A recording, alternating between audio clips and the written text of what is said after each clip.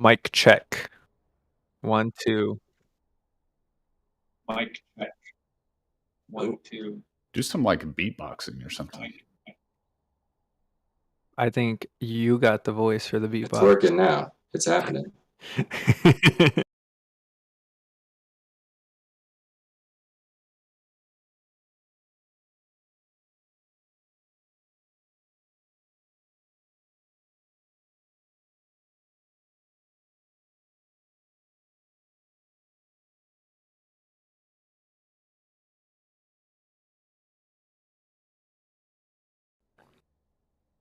Hello, everyone. Welcome to the Coach Rivals Tier 1 House Party.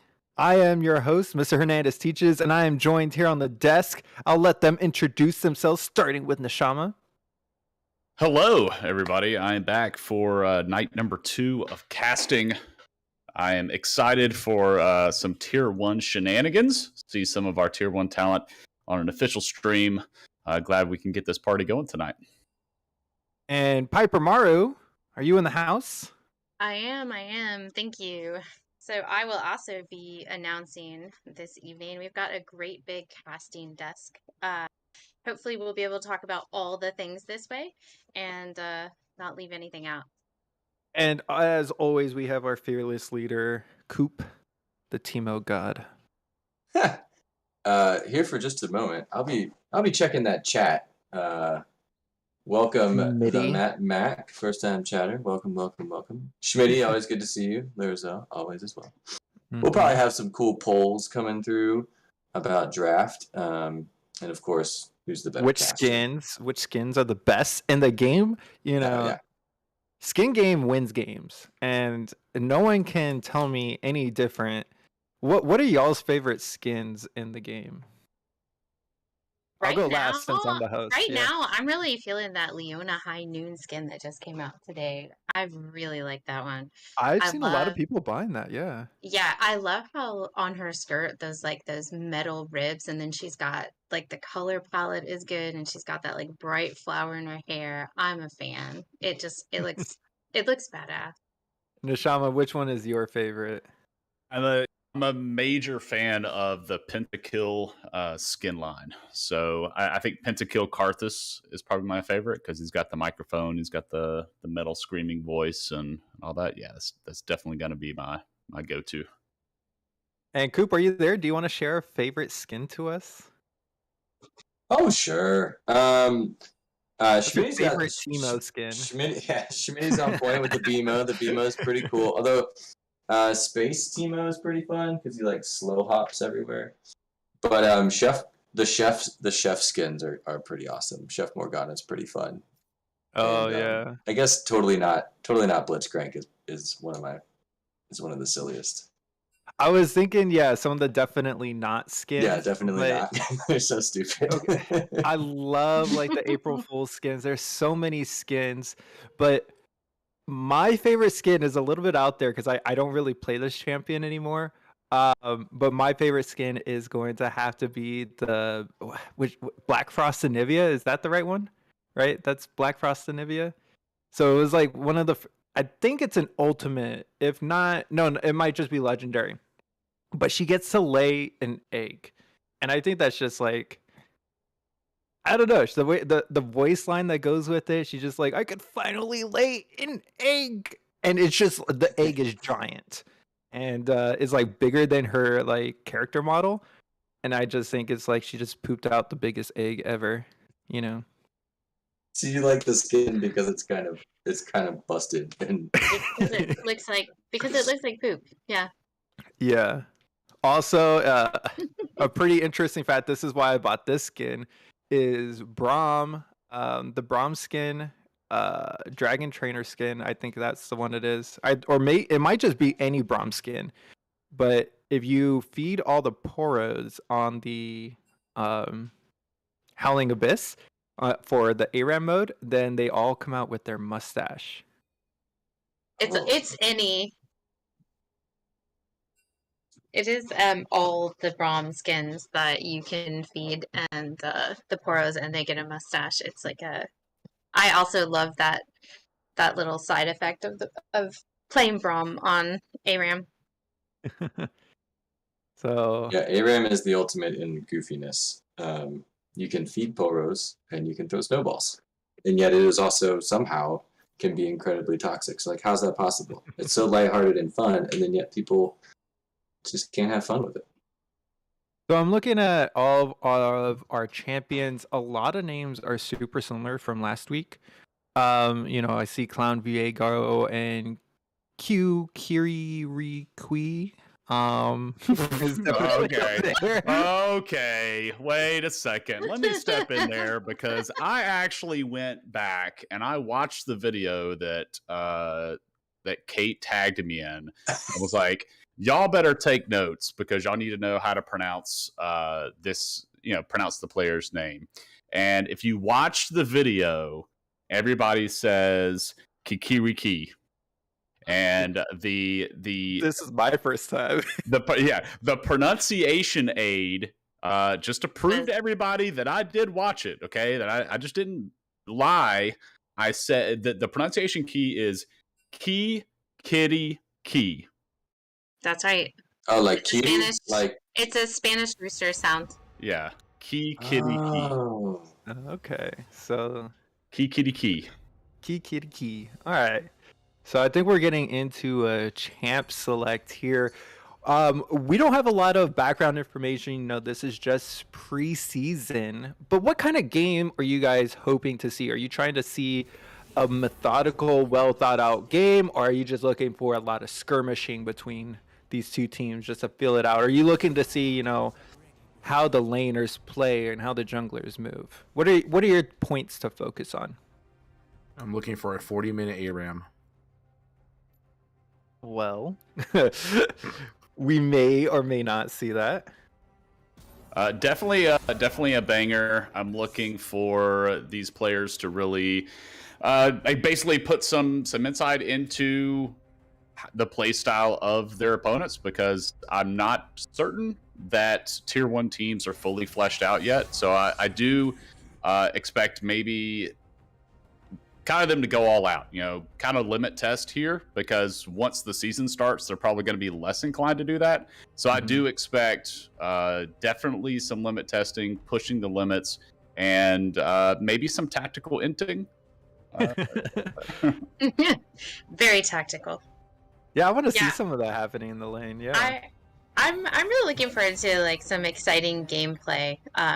Tier 1 is the higher ranked players in coach rivals leagues, so I'm really looking to see some really exciting plays, some exciting ganks, maybe some Baron steals. There will be blood, and I want to see it. I find it interesting also, some players have made changes from last week. Some of our players were from last week. We know, of course, who was on the cast last night was Pathfinder. He played last week. He just had a huge pop-off game with that Darius, which we see taking off. Ched, I remember from last summer, always getting Bard bans against him. In fact, I think Ched was actually a mid laner. Was that correct last summer? Don't recall. I believe he did play support, but he ended up breaking out. If I, Daniel might have to correct me.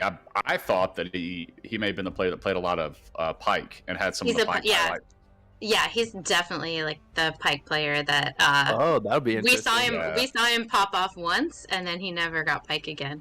Yeah, So Pike, and I think he brought out even the Pantheon as well. So he did. He was a very aggressive support player. Yes, So that should definitely, be a good lane. definitely that could be a pick that he can pull out again. But maybe okay, as we're talking about that Pike player, I'm like maybe he doesn't pull it out in the preseason and just go insane with it, right? Okay, But so going on that- comfort. The only person on the other team that played last year that would have remembered it is that Decker guy, and he was a top laner. So it's very possible that he just kind of forgot that Ched is super nasty with the Pike. And then we have the Ezreal Pike bot lane coming out with an Olaf in the jungle. How do you like that Pike Ezreal bot lane? Ezreal's pretty strong right now. He's safe. But do you like the Ezreal going with the Pike, pairing that down there?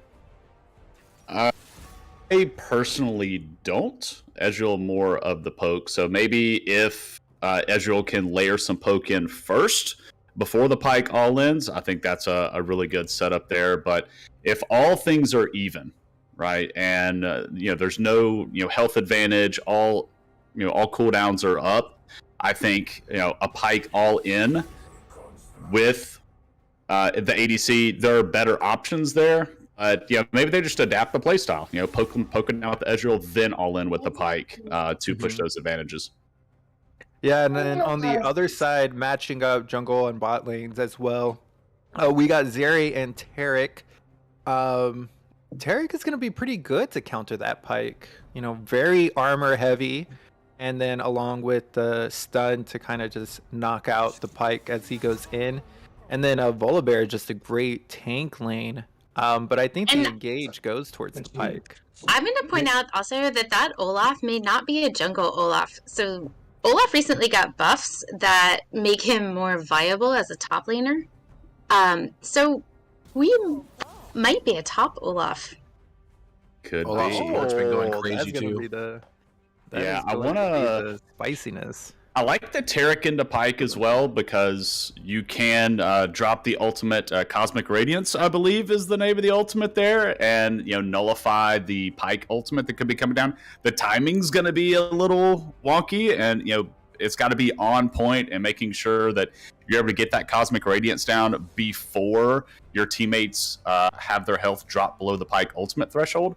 But I do like that as a pretty cool answer. We'll just have to see if it's executed well. So we do have additional bans coming out. They are thinking we don't see additional jungle bans, so maybe they got the No. same read that you have, that or maybe they We'll don't see. have that same read is what I mean. We'll It's like, see. yeah, well, this last pick is gonna come in, and the Karma, that is interesting because that with the Pyke is definitely.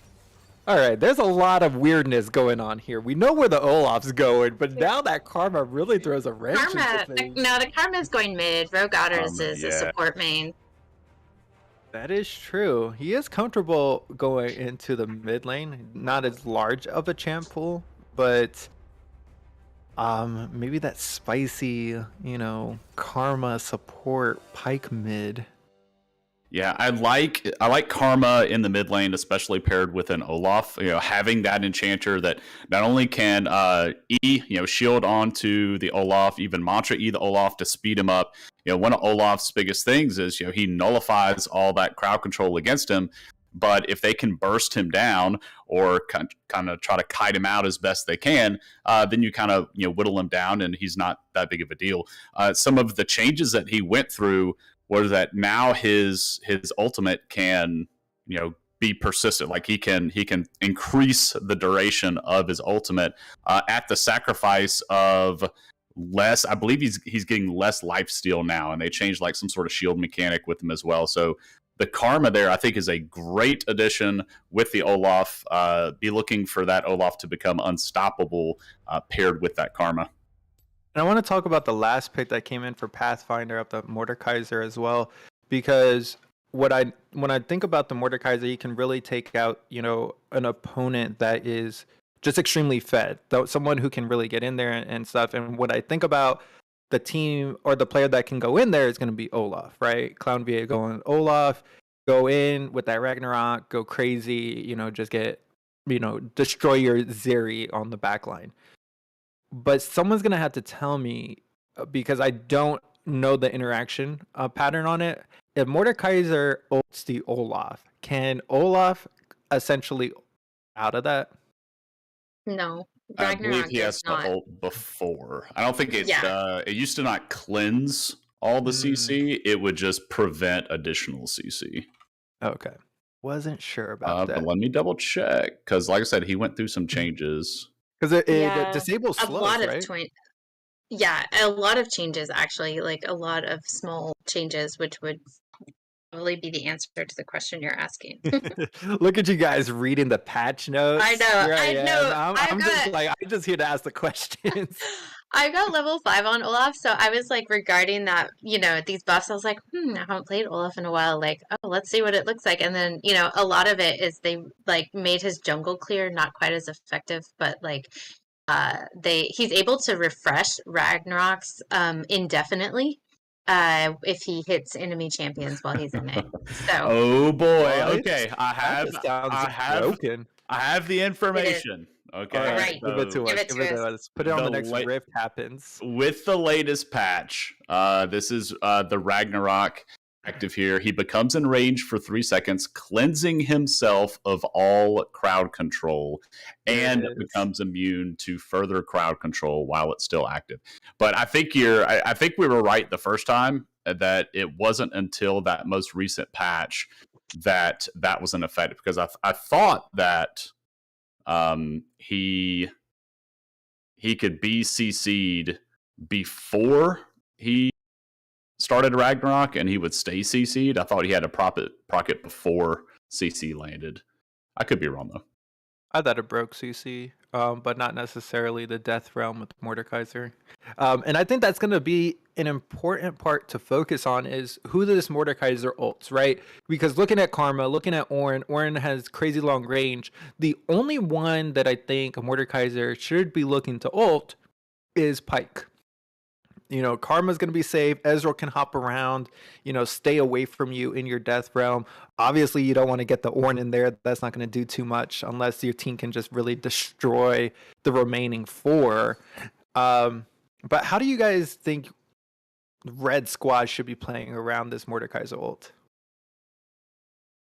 I think you're right. I think, even in team fights, Mordekaiser, if he's there ahead of time for the Ornn engage, he could pull the Ornn before he reactivates that second cast of the Ornn ultimate, kind of denying that really hard engage that Ornn brings to the table. But at the same time, pulling a Pyke into the Death Realm before Mordekaiser's teammates get really, really low and Pyke starts getting those resets, that could also be a really cool play there. So I guess it's going to depend. If the Mordekaiser gets ahead early enough, he can just become a split push menace, and really be able to 1v1 anybody else on the team. So if it gets to a point where they're struggling, it's possible they could just call him to start grouping. But if not, I see a world where the Mordekaiser could just split here.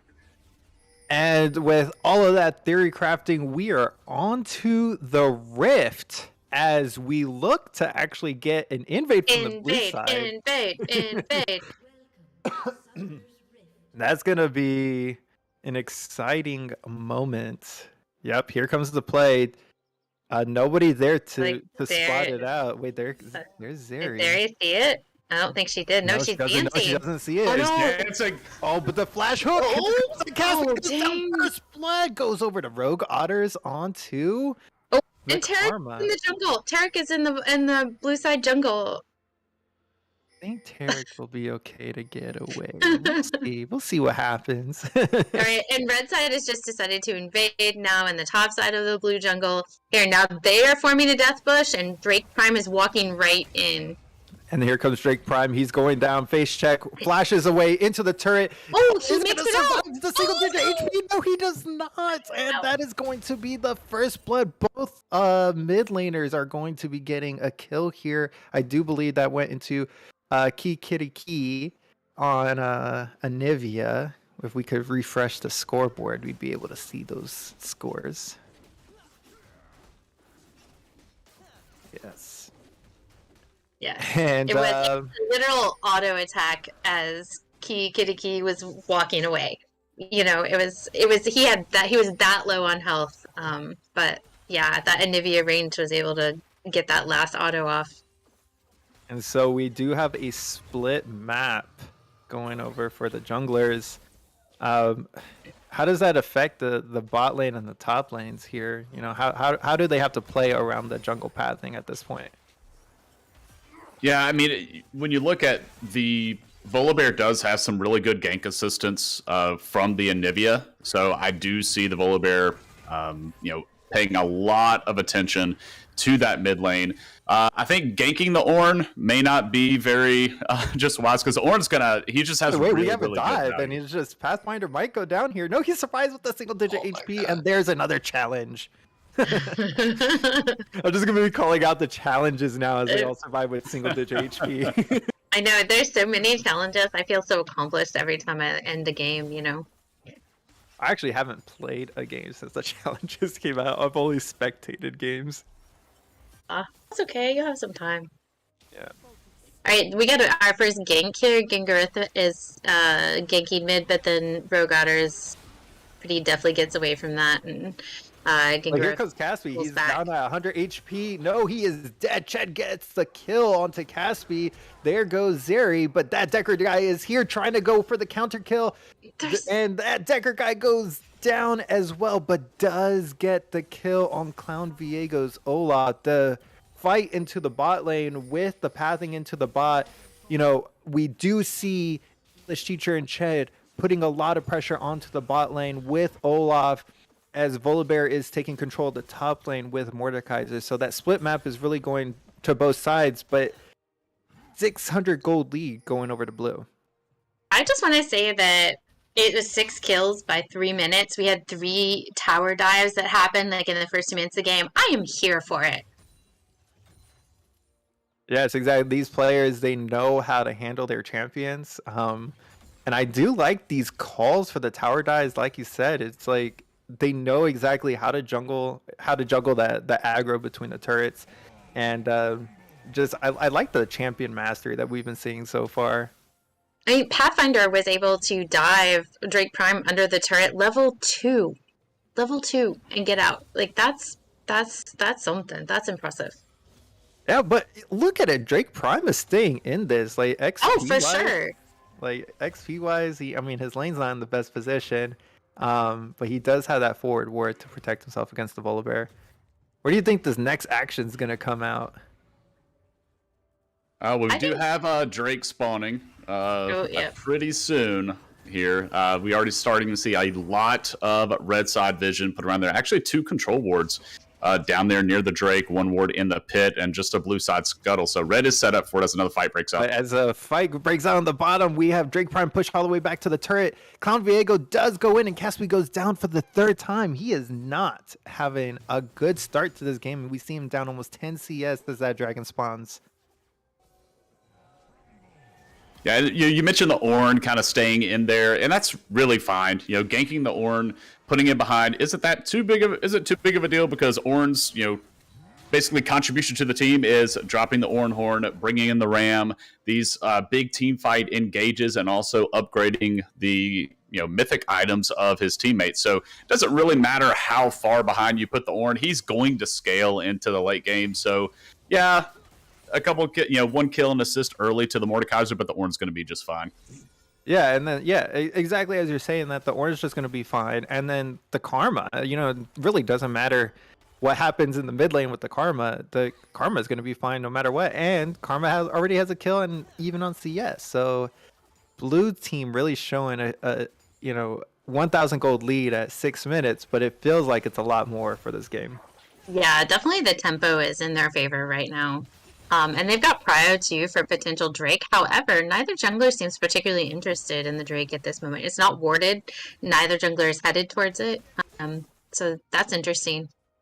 And this is the 3rd time that Gengar Griffith has shown up to the mid lane. And again, the Anivia stun not landing with the wall, but maybe some All right, well, action into the both- top. Yeah, both junglers are headed up to the top lane. It looks like Clown Viego's gonna back. H bot. I don't.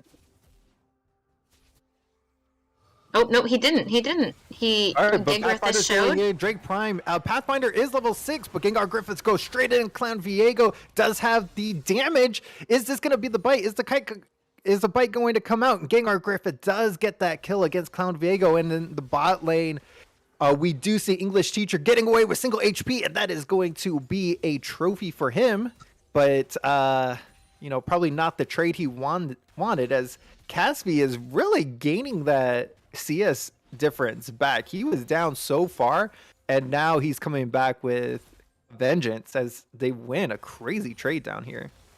I think level 6 that Clan Viego would have won that exchange. But they were both level 5 at the time. So that was a very close one.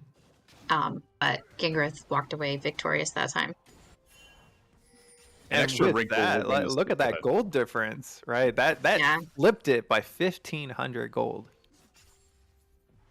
An extra Yeah. wrinkle we're going to see with this Anivia into Olaf is, we talked about Olaf dropping the CC and being immune to all these crowd control effects. You can't immune yourself against a wall from Anivia. So these wall placements from Anivia are going to be very, very crucial for when this Olaf, pops Ragnarok, becomes unstoppable, starts charging at these squishy carries like the Anivia, like the Zeri. That wall placement is going to be massively important.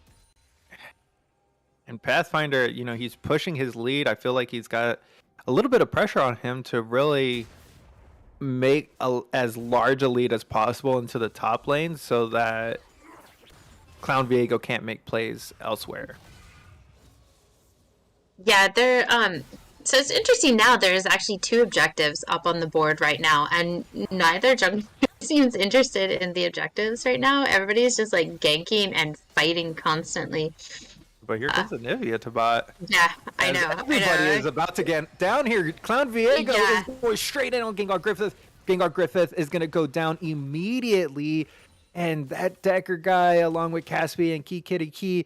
Oh, but there is going to be a flash away from English teacher over the wall. And they're going to get their 1 kill on Gengar Griffith. And that might be a dragon?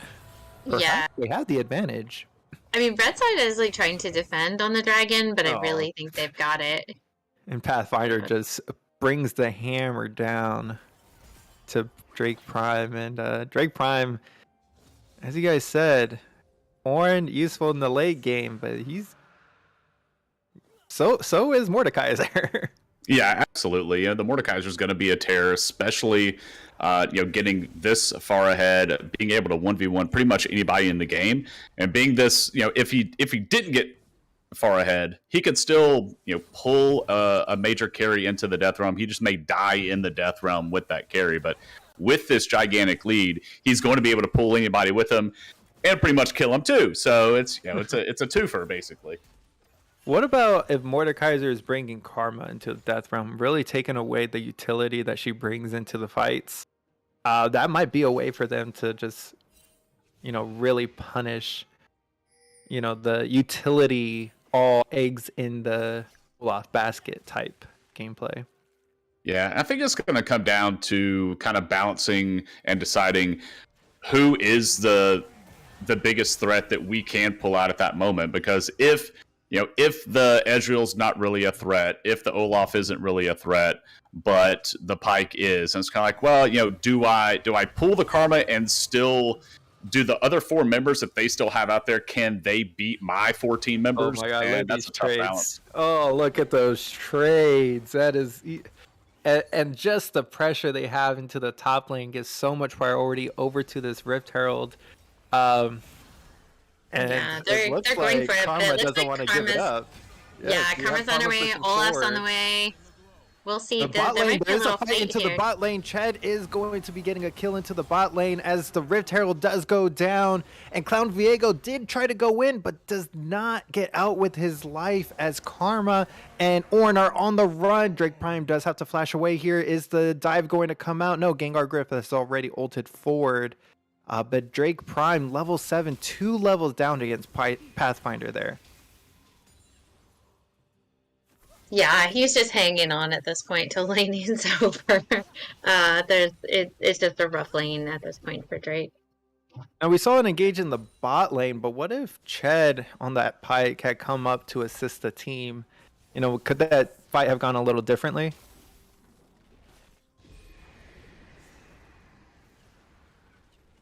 I'm not. I don't think so. I mean, Red Side had 4 people there. I'm not sure that Ched would have made. No, it's hard to say.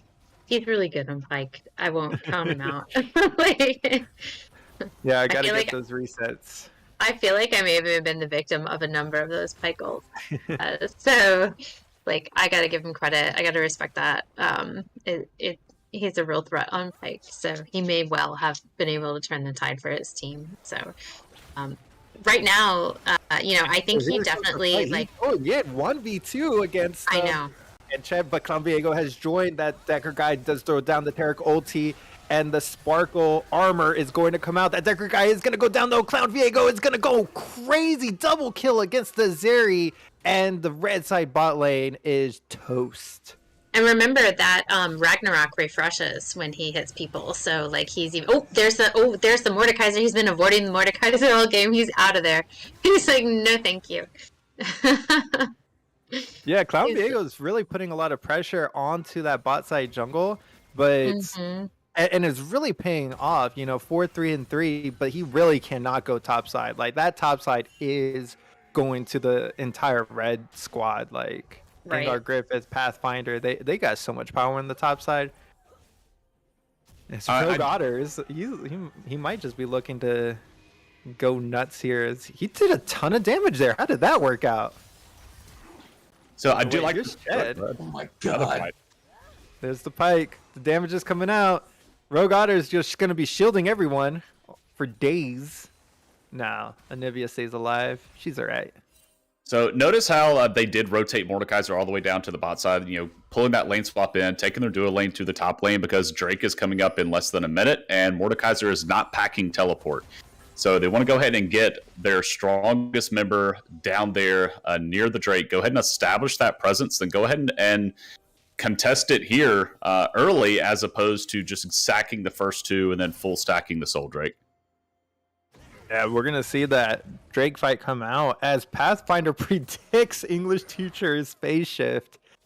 But here's the Dragon Spawn. It's coming up in 5 seconds, and Olaf probably does not want anything to do with that now that Mordekaiser's down here. But this is good for Ornn. It gives him a chance to get some XP back. Yeah, it really does. I mean, it's a trade, but yeah. And a lot of objectives going over to the red squad as this game is so even. Look at that gold difference. It's like 100. As the fight comes out into the mid lane and Rogue Otters does get rooted by the Anivia, stunned and rooted and destroyed, as it might be a mid turret going down. Yeah, this looks like it's time. Yeah, there is no amount of karma shields was going to protect him from all four of them. So Yeah, as soon as he got stunned and he got rooted, it was just like there were 4 members right behind that Anivia. That's gonna be a dead karma. and now they're just wiping out the red side, the bot side jungle here for Clown Viego. He's not gonna have much left by the time he gets back to his jungle. That Mordekaiser swap just did so much as you see him go back into the top lane, stop the Ornn push, and now he just looks like he's ready to get into the top lane turret.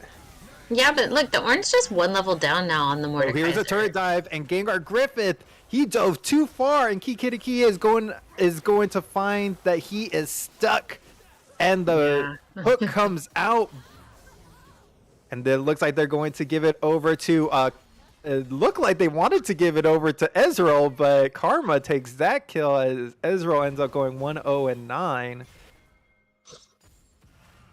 Yeah, that doesn't feel good when you're the ADC. Does not feel good. And I checked. Okay, Chet we're did about to not see have the another ulti. tower dive. Look, red side is rotating up onto Drake Prime.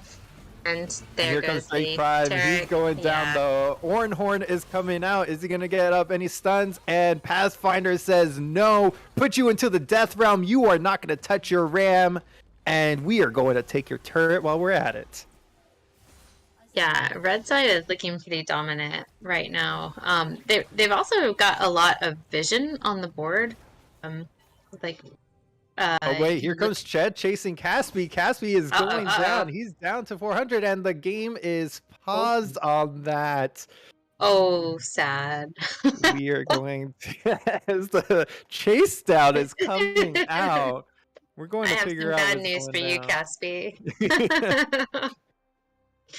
Yeah. We Let's did see some Is disconnects happening here. Pike's ult ready? Yes, Pike's ult is ready. Yeah, he's just trying to get him down low enough. Probably another 150, 200 damage, and Yep. that execute is going to hurt. Yes. Now we do see Pike starting with that Umbral Glaive, and it's really paying dividends in terms of pro play. When you see a lot of roaming, it helps control a lot of vision. But I haven't seen Ched moving around the map too much as the pause comes undone and he and misses. But that was a flash. He didn't just whiff it.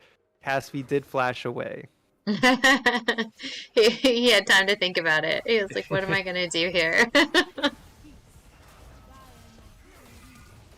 Okay, here comes Pathfinder. He's looking to get some damage down as he goes down to about 700 health, which doesn't look like much, but quite a bit.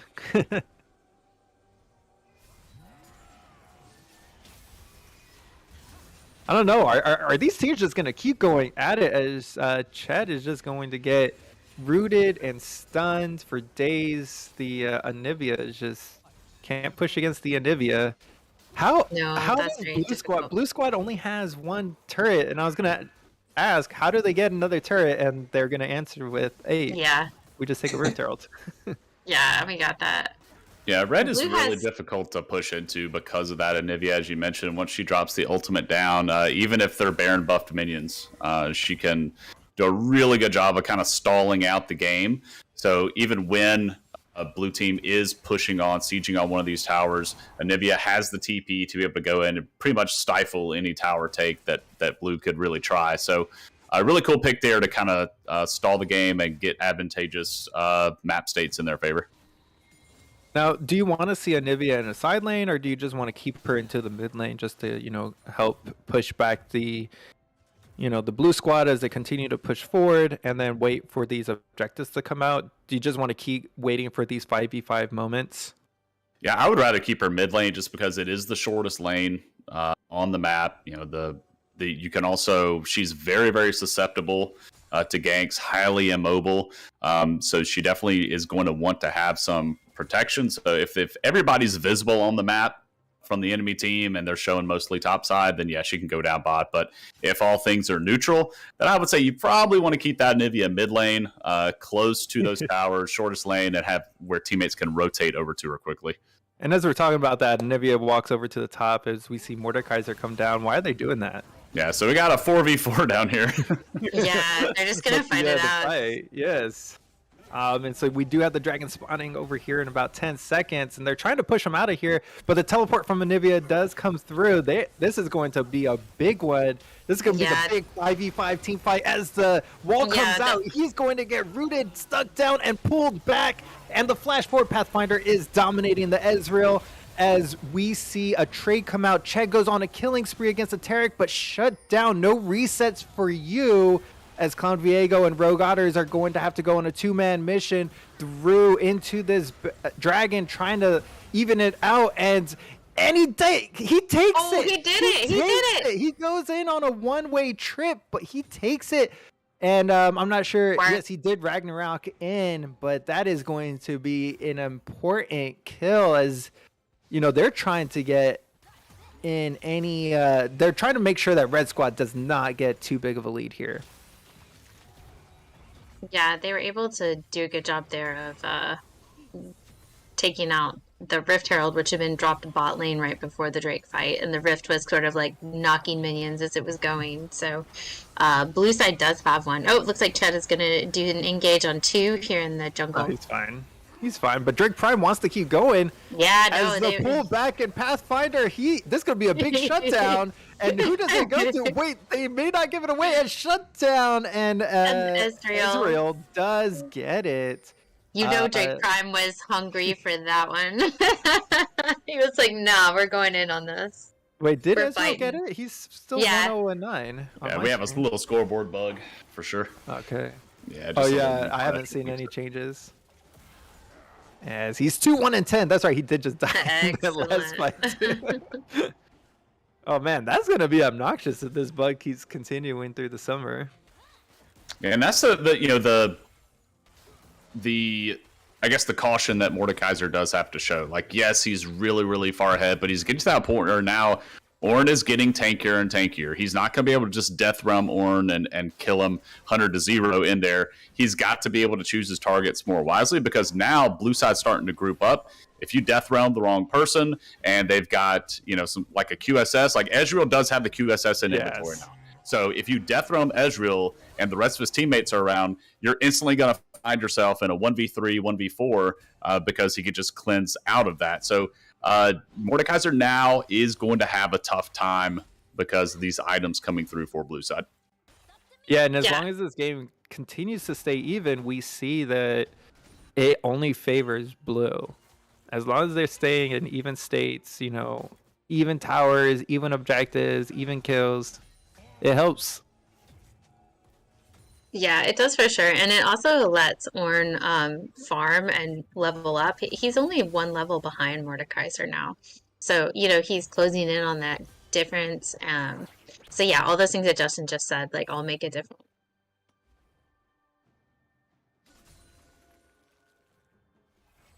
So we see the ARAM come out. I think somebody was calling in for the 5v5 Summoner's Rift ARAM. Nobody wanted to give too much ground as Drake Prime spent a lot of time catching up. But, that's going to be the catch. Pathfinder is going to be caught out. I pass over the comms to someone. Yeah, the R-Link comes through, and that's already going to be 2 down for blue side. A double kill going over to the Mordekaiser. Now they're chasing down English Teacher on the Ezreal. Surely he's going to drop. The stun does come through. The heal comes through, but Anivia's here to clean it up, and now that's 3 down for blue side. Yeah, so they've got about 20 seconds here where they're just going to have to play really safe. And it looks like red team is just going to say, okay, we're going to go get the Baron now. So yeah, 23 minutes. a clean 3-0 for them. So definitely a Baron call. My eyes were closed for most of that fight, but it looks like red came out on the better end of that. They did. I mean, again, they're still only, before that happened, they were only up like 1,300 gold, 1,500 gold. So this game is still very close. Yeah, another interesting thing with there is a close engage on Mordekaiser, but he survives, and that death realm was very effective at delaying. I think he ulted Ched before I had to close my eyes and not spit out my guts. But I'm surprised to see him alive at the end of that.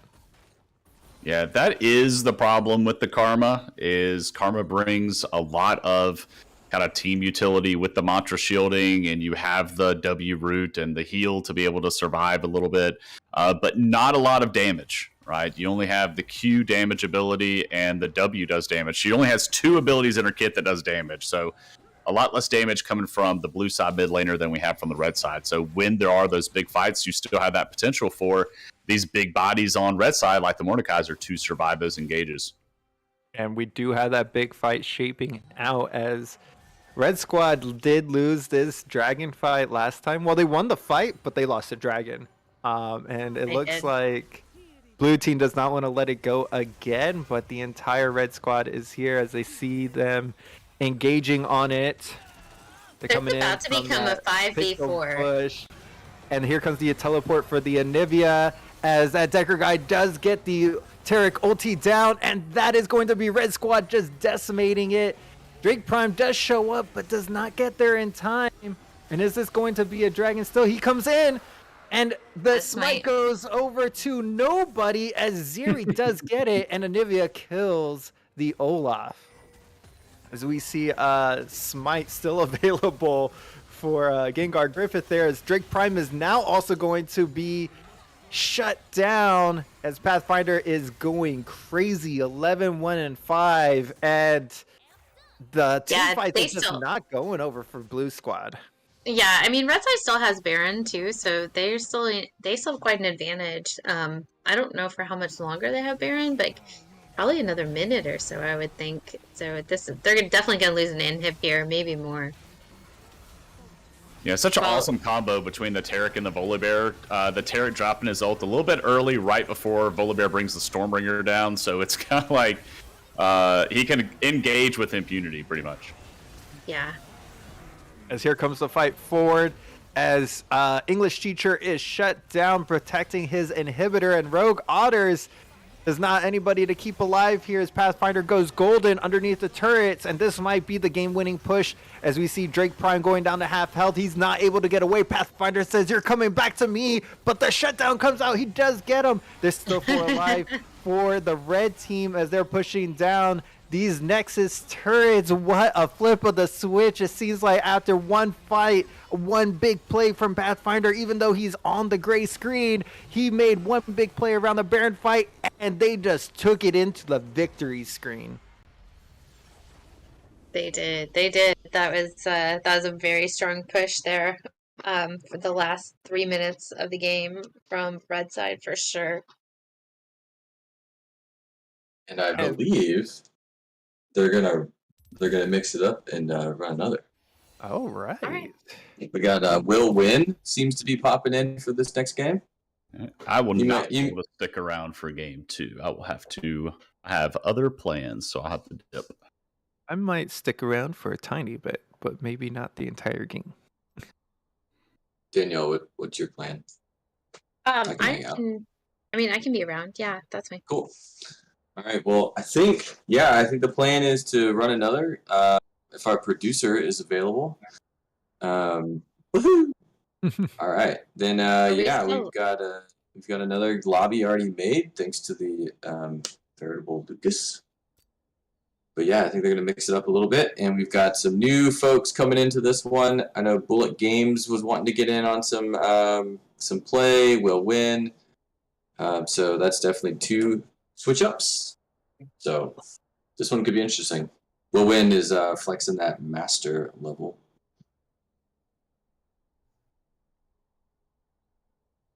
We'll go ahead and load that up and yeah, get into the next one. So recap on that game. Where were some of those pinnacle moments? I know that Blue Side had a couple moments where they had like a chance, right? Like there was an opportunity to kind of flip it around, but where did it really sink in for Red Side?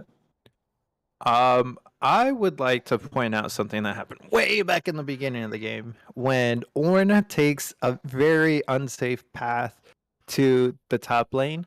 It's safe to assume that they're waiting in your jungle, or at least it's warded up, so they're going to see you pathing that way. And that caused Ornn to die. And then Pathfinder on the Mordekaiser just did an incredible job keeping pressure on him and really setting him behind so that he never had a chance to really level up and get that late game spike that his team needed. Yeah, I mean, that was a crazy beginning, just in general. An invade and a double invade, and just, I mean, going hard and gunning fast on this community night.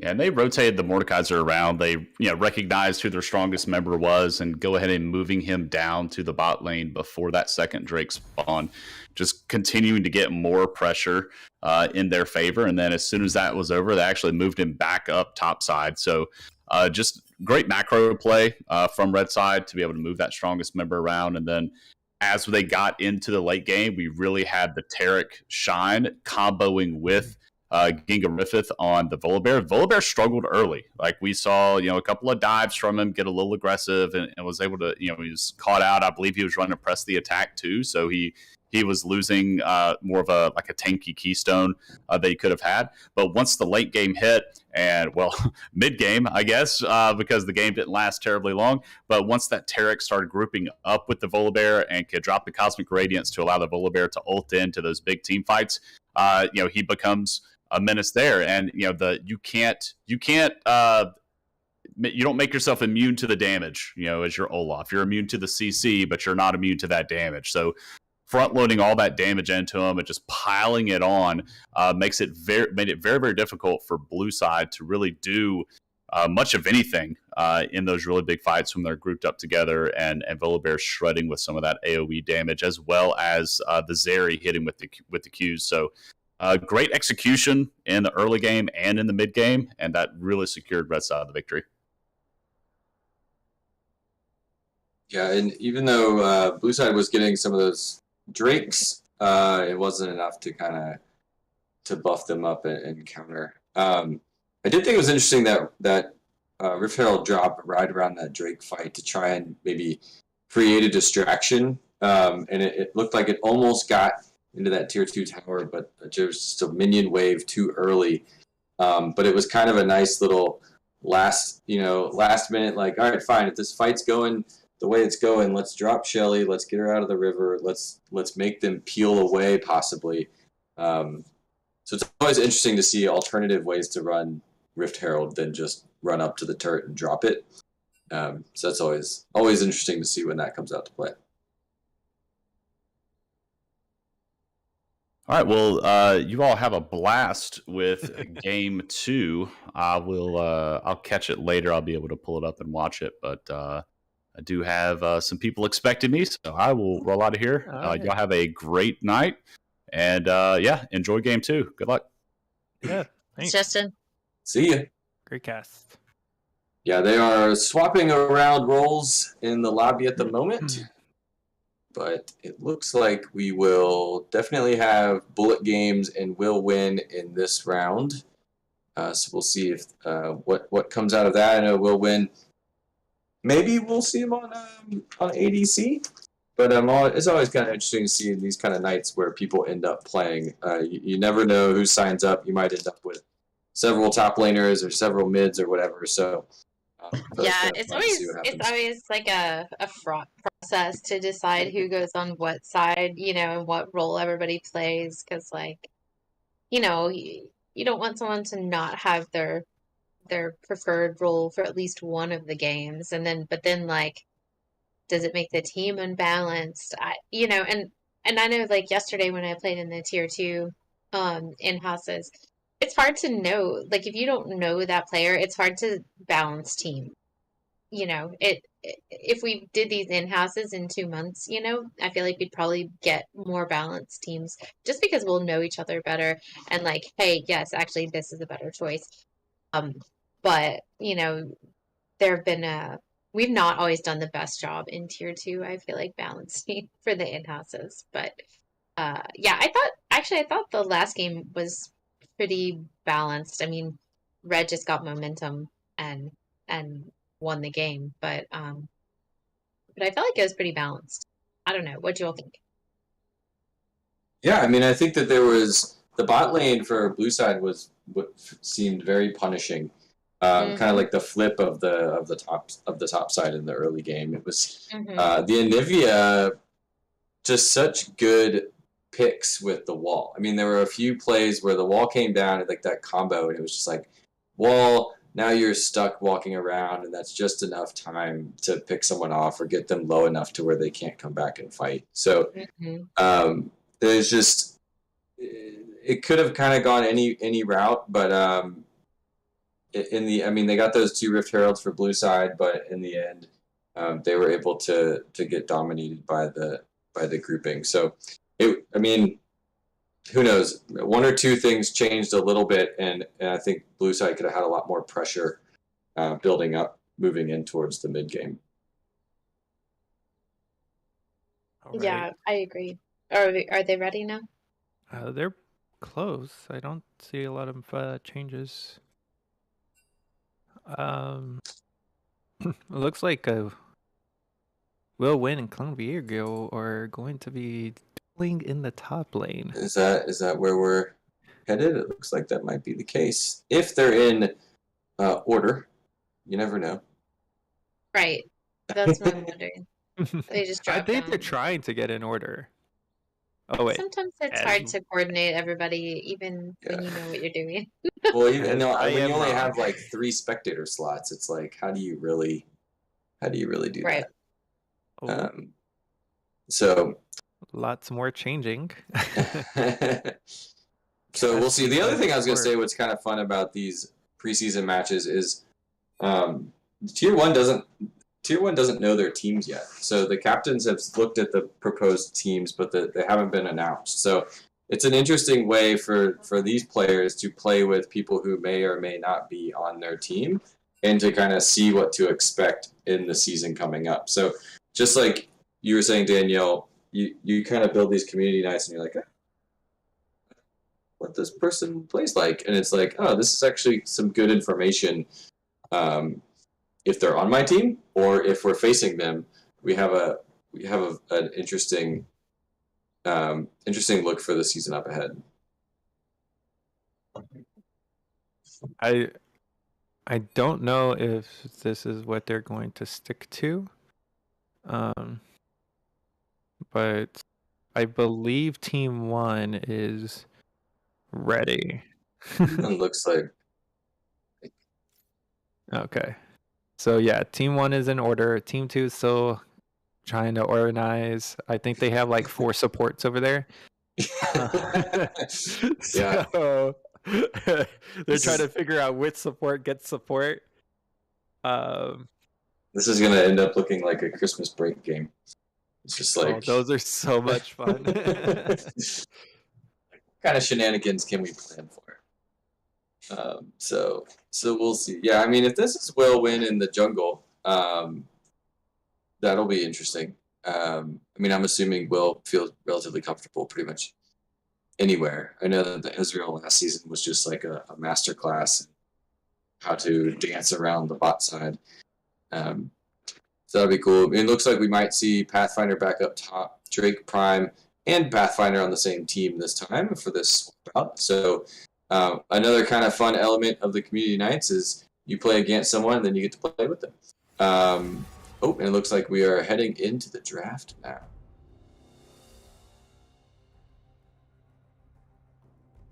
Do you think Pathfinder gets Mordekaiser again? I seriously doubt Red Side's going to let Mordekaiser come out. But I mean, this is always kind of like the draft philosophy. It's like, what do you do? Do you put there it is, Mordekaiser's fine. Do you ban out one person's champ, or do you try to target one, or do you build around? Do you ban around team comp? Like, a lot of these players are just, they have a nice, they have such a large pool that it's kind of like, how do you go into it? Yeah, and thinking about that game, was Mordekaiser effective at just shutting you down? Or was it just the fact that it was in the hands of Pathfinder, and Exactly. Pathfinder has, popped off, or, so you have to make that choice. Is it a player issue? Is it a pick issue? Is it something that we didn't play around properly? Once you figure that out, then you decide like, okay, does this warrant a ban? Yeah. Or do you just say, you know what? Here's the deal. We just don't. We don't even like it. We don't even want it open because the Death Realm's annoying. The shield that Mordekaiser gives himself is annoying. The hand is annoying, and it's all just annoying. And we'd rather just not deal with that. Like, maybe just that champion is. If you leave it open, you're pretty much just saying, Pathfinder, we've given you this on a silver platter. And I think it's interesting that they banned Anivia here because we don't have Key, who just played Anivia, lined up in the mid lane. So I don't think... Anivia ADC is the real threat. I think this might be a little bit less of a threat than you might anticipate. Yeah, and I mean, it could just simply be, again, like, we don't like the Mordekaiser. We saw the utility that wall and the stun was able to do. And maybe they saw that too, and they're like, yeah, Drake, you feel like playing Anivia? Because that wall seems pretty powerful, so let's just not even let them play with that either. But instead we've got I like this so a little bit far. different. I like it. Yeah, so far so good. Karthus too. I haven't actually seen a lot of Karthus just in general, so that's just gonna be fun. Just to see a champ that I just don't see. So There's no way he goes Seraphine mid. He did that all last season. There's know. absolutely no way Nobody he pulls scouted that this. out again. nobody scouted this at all, but Drake Prime has been just cruising on Seraphine, so this is like gimme, gimme, This gimme. has to be a troll hover. He can't do this again. I swear to God, if this gets locked in, that's gotta be a bug. I'm okay. Thank God. I'm still surprised 'cause I was like 100% that Karthus was going mid, but no, it's gonna be Kindred into the jungle. I'm sorry, Karthus is going jungle, but no, that's gonna be Kindred into the jungle, Karthus mid, possibly Flex top. Yeah, so Drake Prime was on my team last year, and he did that Seraphine pick all the time. It was I'm like, just so over it. Like the Lulu tops, the Seraphine mids. I get these supports back into the bot lane. I am so done. I mean, have you looked at tier 2? Half the people in tier 2 are support mains. So you're That's gonna like 9. That's That's the like best 9 out of position. 20. They're so wrecked. It's so So funny. yeah, definitely Drake Prime is not above a troll hover. So yeah. I swear to God, like, what is the point of doing that to me? Like, nobody knows. None of these people, like, half of these people are brand new to the Coach Rivals. You know, like they don't know. Like, he's doing that, you know, just to cause trauma on the people he played against last year. But we do have Lucian coming out. The Zeri and the Jinx are going to be getting banned, so no late game big threats. You know, Key is gonna have to play something a little bit more early or mid game oriented to go against that Lucian.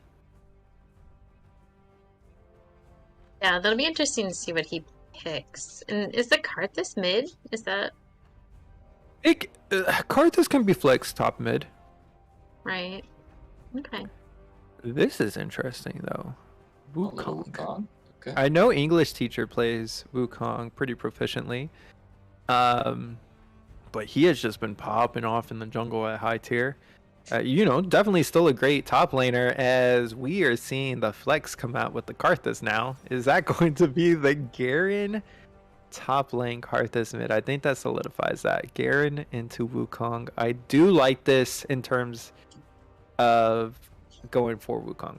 I think that favors Wukong a little bit. Might be wrong, but But now we see Victor. and it really rounds out that magic damage. We have Kindred. Wait, yeah. What?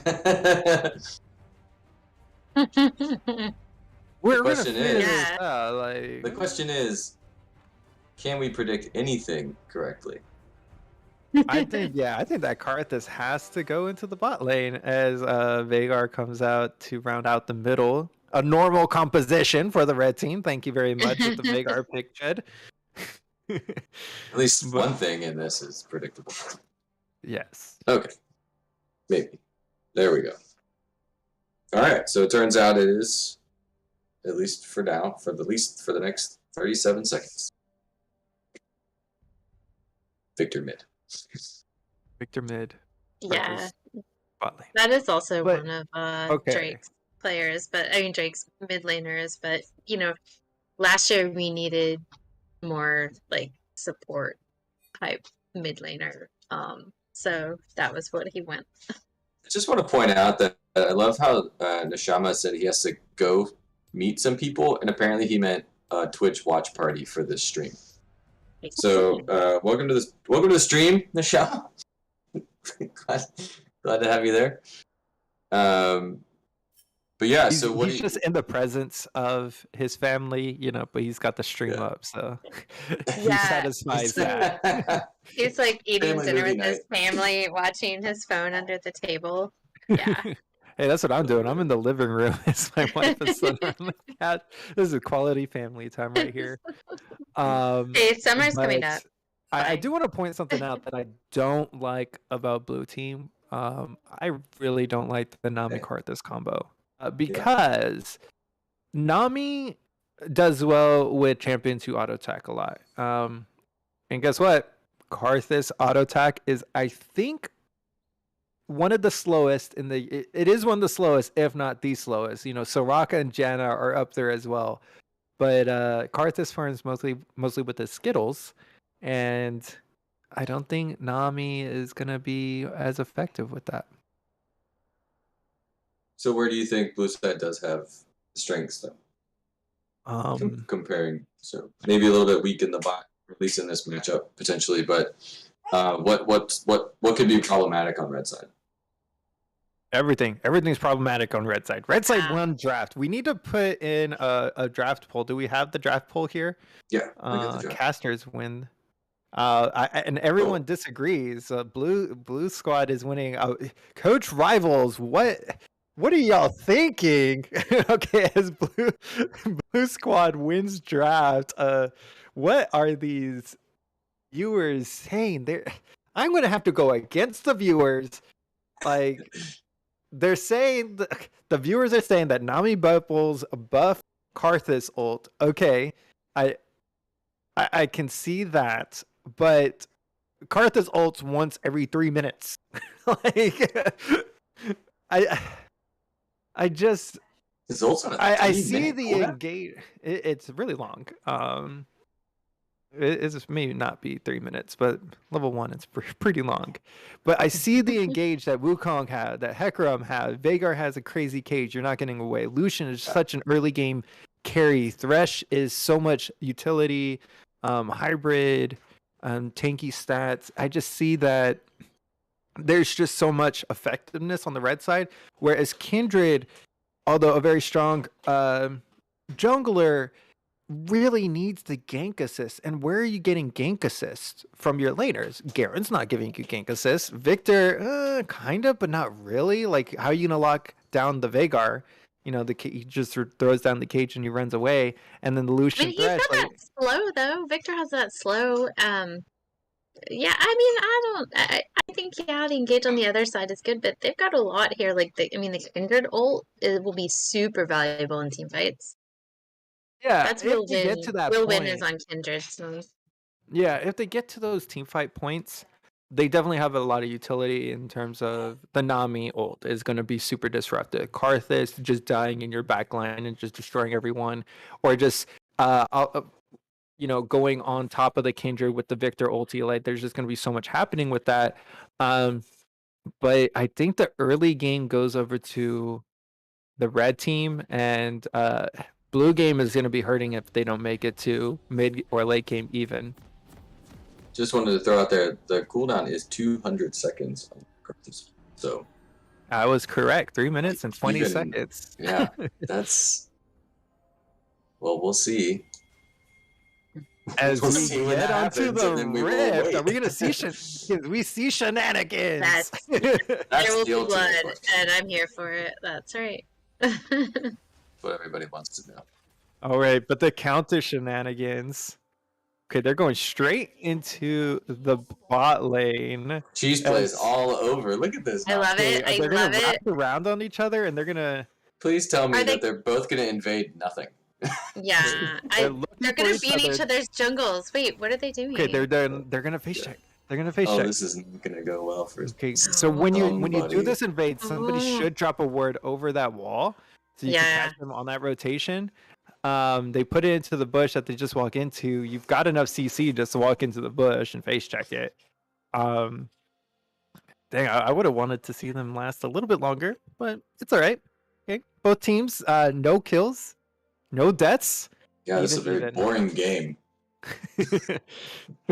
Just a classic start. Although they did get that vision, so they're going to know for sure whether or what's- not they're starting there or not. So What's the major advantage of having that bot side bush warded?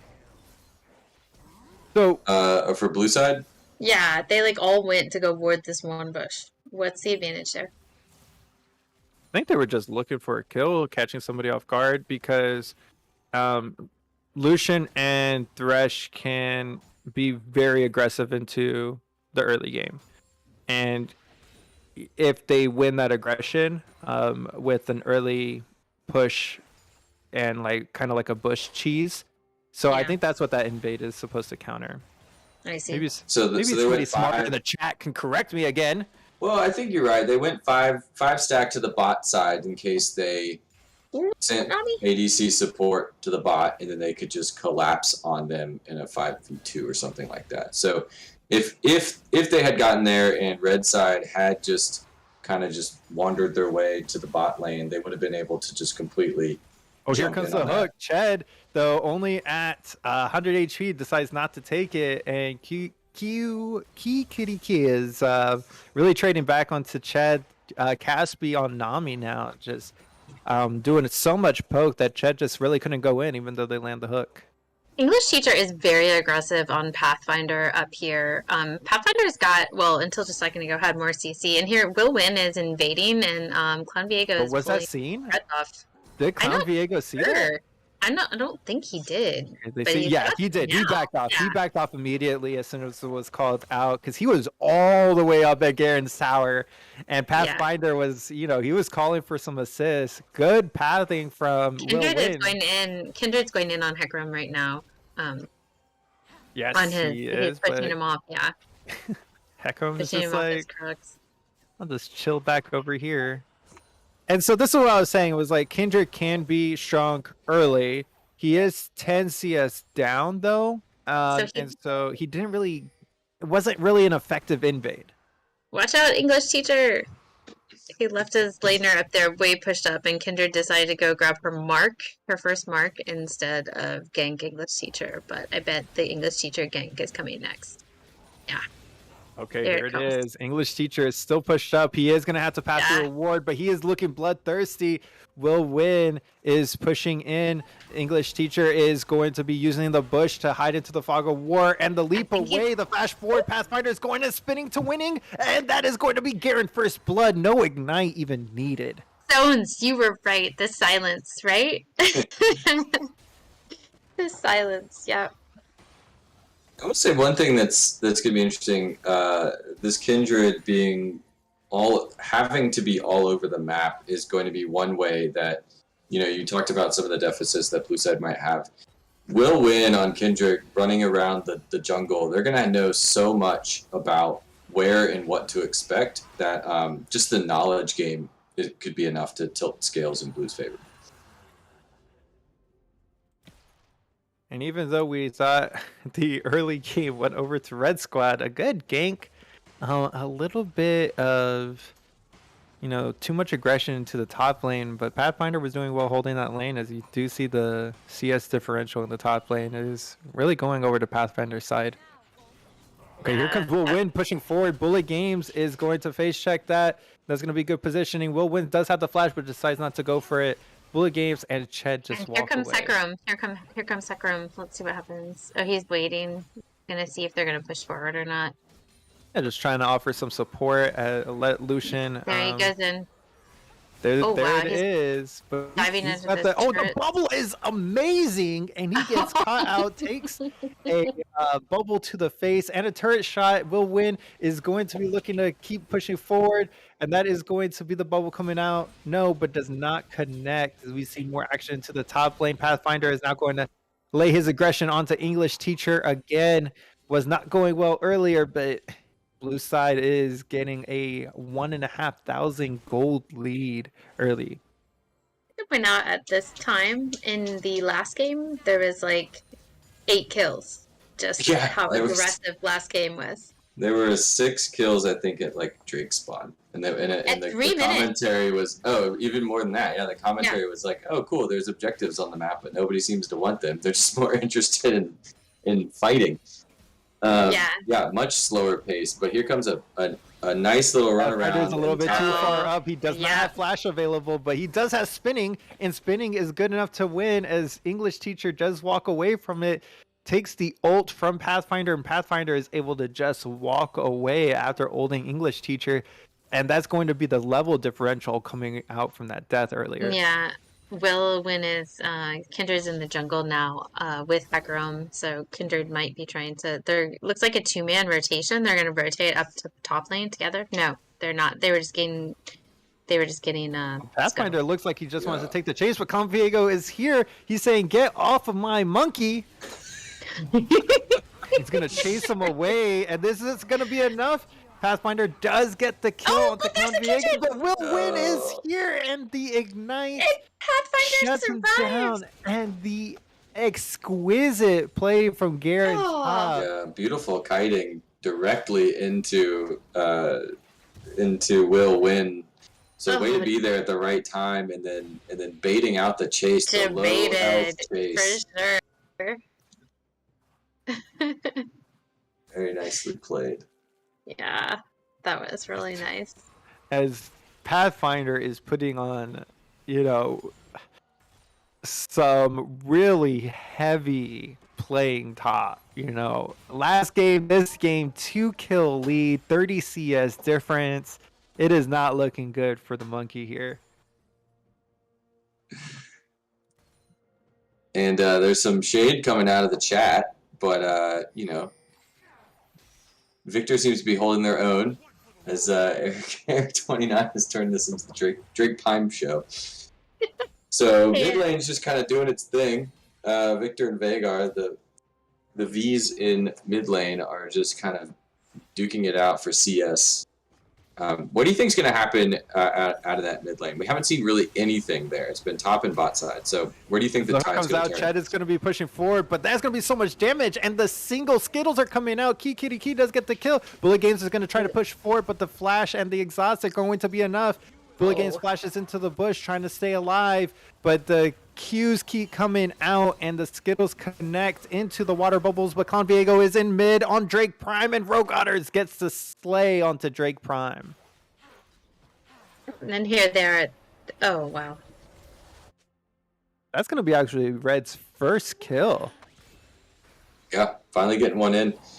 It took a lot, but Hecarim comes down to the bot side to finally challenge this as both bot laners disappear. Right, the ulti's going to turn it around. Trying to time it out with the Karthus ulti. Will Win is going to get the ignite down, and the hook comes out, and that's going to be a great hook just to keep his jungler alive. Clown Viego is going to clean up that kill. A great fight between the two junglers. Look at this, Pathfinder's pseudo, in a weird way, proxying out. He's chasing him English away teacher from is his own turret. English Oh teacher my is gosh. not able to stay alive. As Pathfinder gets a kill, he is He's going gonna to get be the working turret. down in the gonna entire get the turret turret. before 10 minutes almost. And Wukong just can't even sit in his lane. Pathfinder is just going to be so oppressive up there. Didn't even use Ignite. The hook comes out. Ched is going to be getting the catch onto Key. He doesn't even care. He's going to flash forward. He is going to be able to continue to dish out Here the comes damage. Will Will Win. Win is going to be joining in. Kindred is going Ched's to be gonna slicing go. and dying. And Key does get the kill onto Ched. And, a life for a life, that is the way Karthus plays. I mean, I'm gonna be honest. I was doubtful. I was doubtful about this bot lane, but they've proven me wrong. They're proving me wrong because I hated the bot. But definitely, Lucian and Thresh are not going to be enough, as we still will win. Take the dive as Lucian just he doesn't back away in time from the turret. But looking to trade it for the Rift Herald, but Clown Viego, he sees Pathfinder, and that is a very scary Garen. Yeah, we've also seen a Will Win doing a lot of work. Okay, here in the comes bot the lane as chase. well. Pathfinder is stuck in a cage. Clown Viego is going to be going in. Pathfinder, he might be going down. Drake Prime is also going to be cut low. English Teacher is going to be on the chase. Clown Viego does come around the corner, and English Teacher is on the board. 1 and 3. A great run, but Will Win showing up into the mid lane as the exit is going to be coming through. Ched is going to have to run away from Caspi and Will Win. Now that is who you want your Nami next to, a true ADC.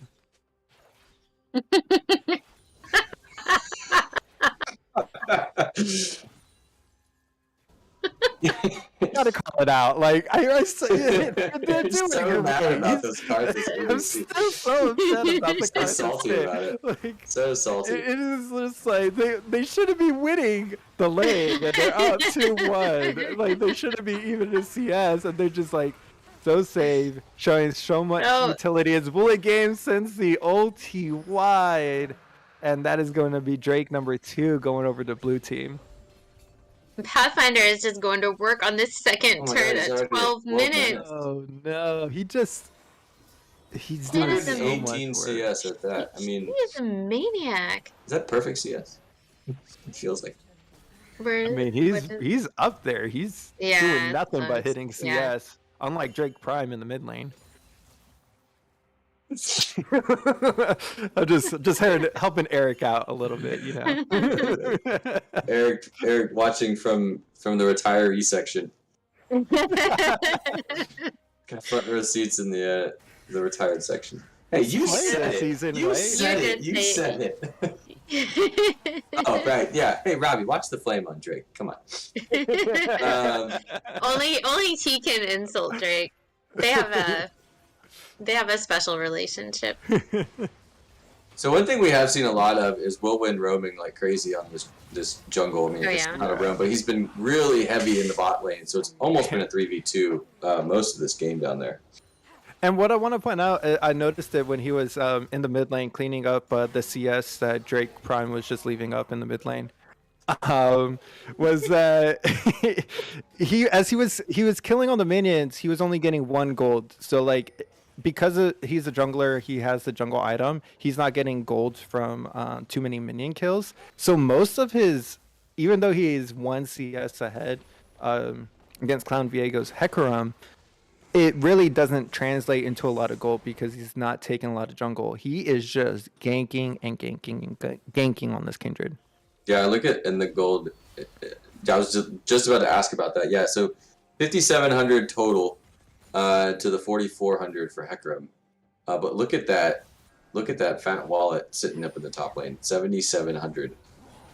Oh my god. Imagine if we had a gold graph for that. That is Nuts. insane. And that's 7,700 over 3,700 on your Yeah. lane opponent. As we see a catch over here on Will Win, he does save the ulti to save himself as Drake Prime goes down 0-3. As Clown Viego, he's going to be taking the zoomies forward, but the shield keeps him alive. But Will Win is going on a rampage as Lucian goes down over the wall. English Teacher is going to have to walk away now. They're low on health bars. Rogue Otters does get the kill on the Karthus, but for what Will Win is going to be chasing, and the slows are going to be coming out, and Caspi has someone to throw the bubbles onto, and that is going to be Will Win.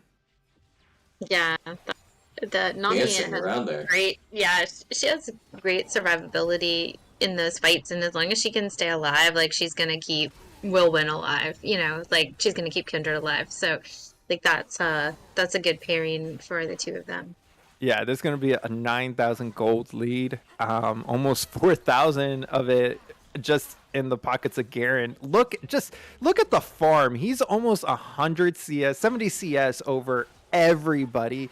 3 Yeah. kills, 2 turrets, working on the tier 3 turret. Actually, did that go down? Like he's just Yeah. won this game single-handedly. Yes, we're looking at the fights around the map, but this game is just out of control with Pathfinder's Garen. Like, he can't play Darius, can't play Mordekaiser, and now we also have to ban Garen against him now. Like, what the heck is this? Yeah, he's gonna be tough.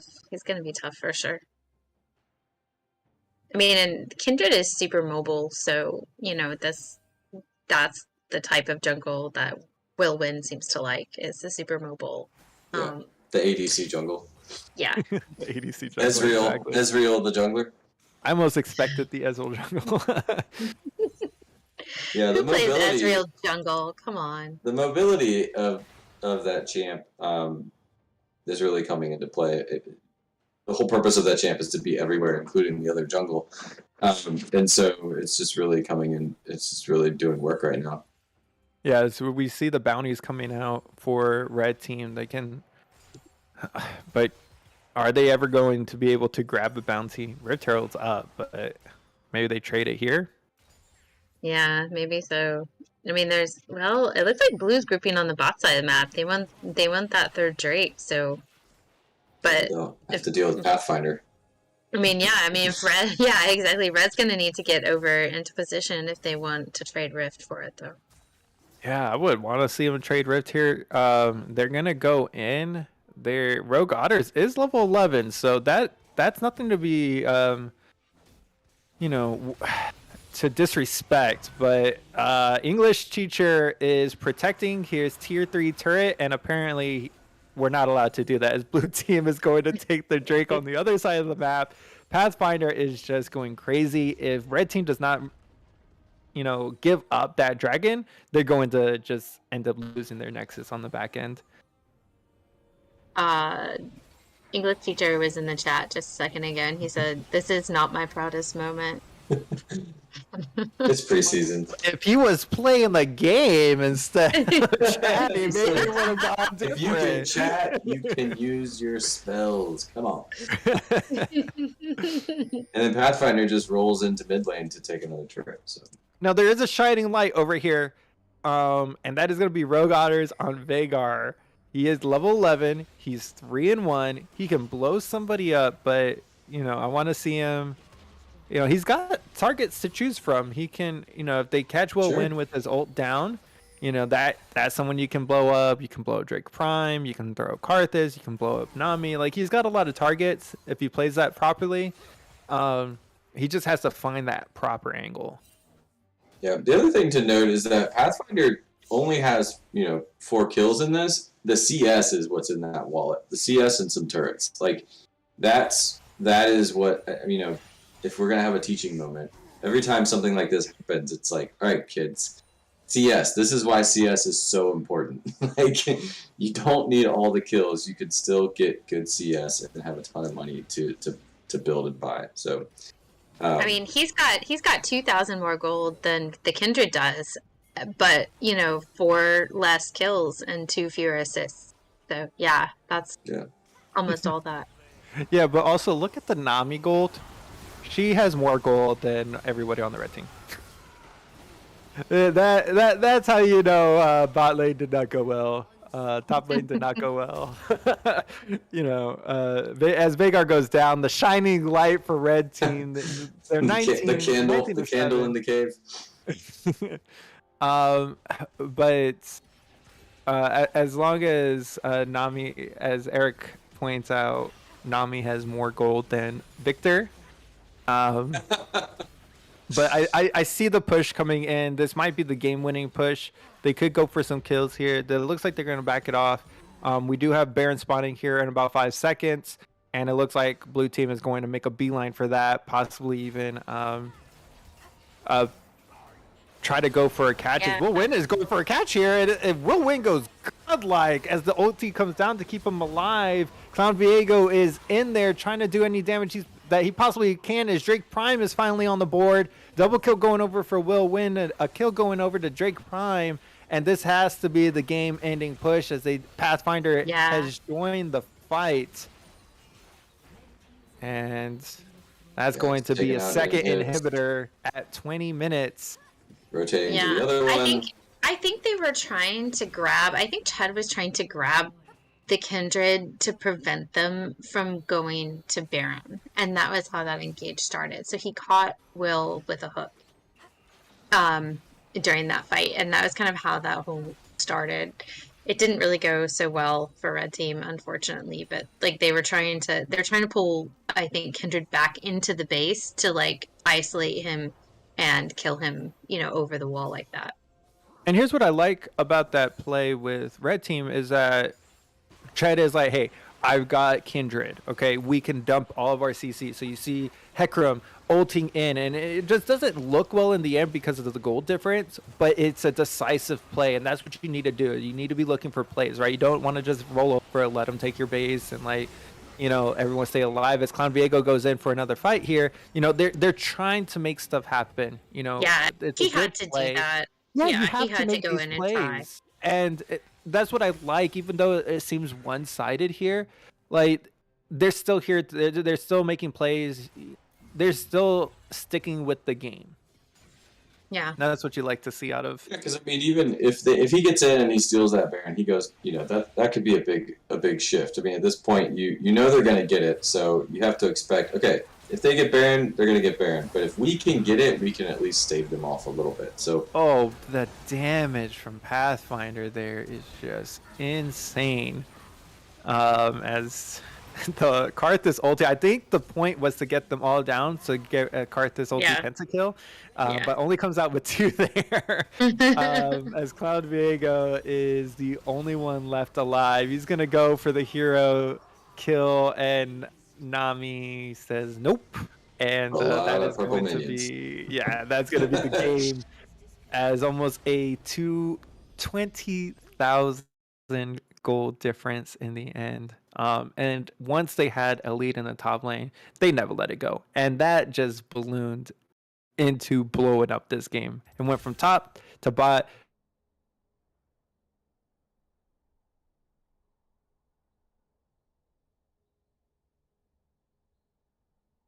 To mid. I mean, And it was just- in the spirit of preseason, next week there will be another community night, and it'll be completely different teams in that one as well. So, but it is fun to watch people playing in off roles and also in kind of these random squads, and just watching what happens.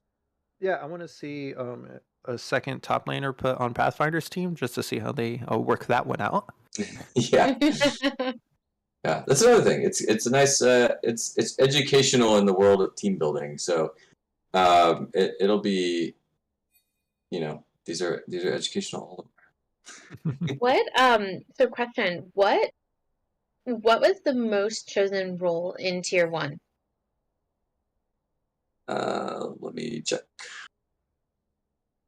Yeah, we gotta get these stats. Give us those stats. Oh no, I meant the Oh no, the client's bugged again? spectator client is. No way.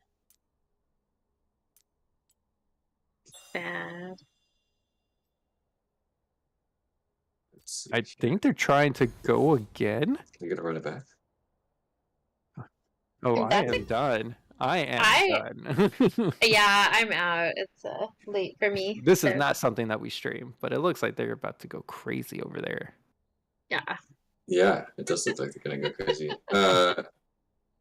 Pathfinder will win not on the same team. Seems like a good choice. Yes. Also, I got a book, but we can definitely run it, and actually we can kind of open it up. It's game 3, so it's kind of open season. If anyone in the CRs wants to get some casting in, now would be the time. Yeah, because I'm not staying for a third game. Yeah, I mean it's kind of the part of this summer too, is just to let people kind of experiment with casting and other stuff. So if anyone is interested in taking a whack at it, with of course keeping it positive, unless Drake Prime's on the map, then yeah. So and that goes for kind of the whole season. If anyone is interested, you can always DM in the server, and we'll get it figured out. But if all else fails, I think there'll be a game regardless. Is that true, Car? Yeah, I'm happy to stay around and produce. I just won't be casting. Cool. All right. Well, there you go. So yeah, another game is coming up on the stream. It'll be more of just like a classic game audio, but in the end, good stuff, and looking forward to what's to come. So stick around. More League of Legends coming through as they're mixing up teams. But yeah, we're not going. The stream's not going anywhere. So stick around. All right. Good night.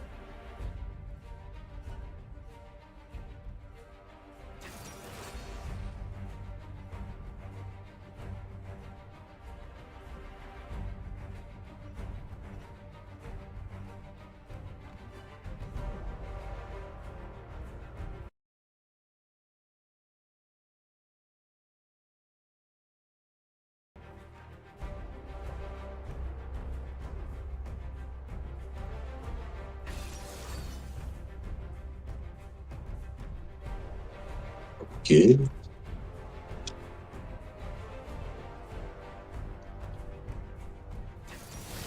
Hello, hello. We have special guests all the way from the chat to the booth.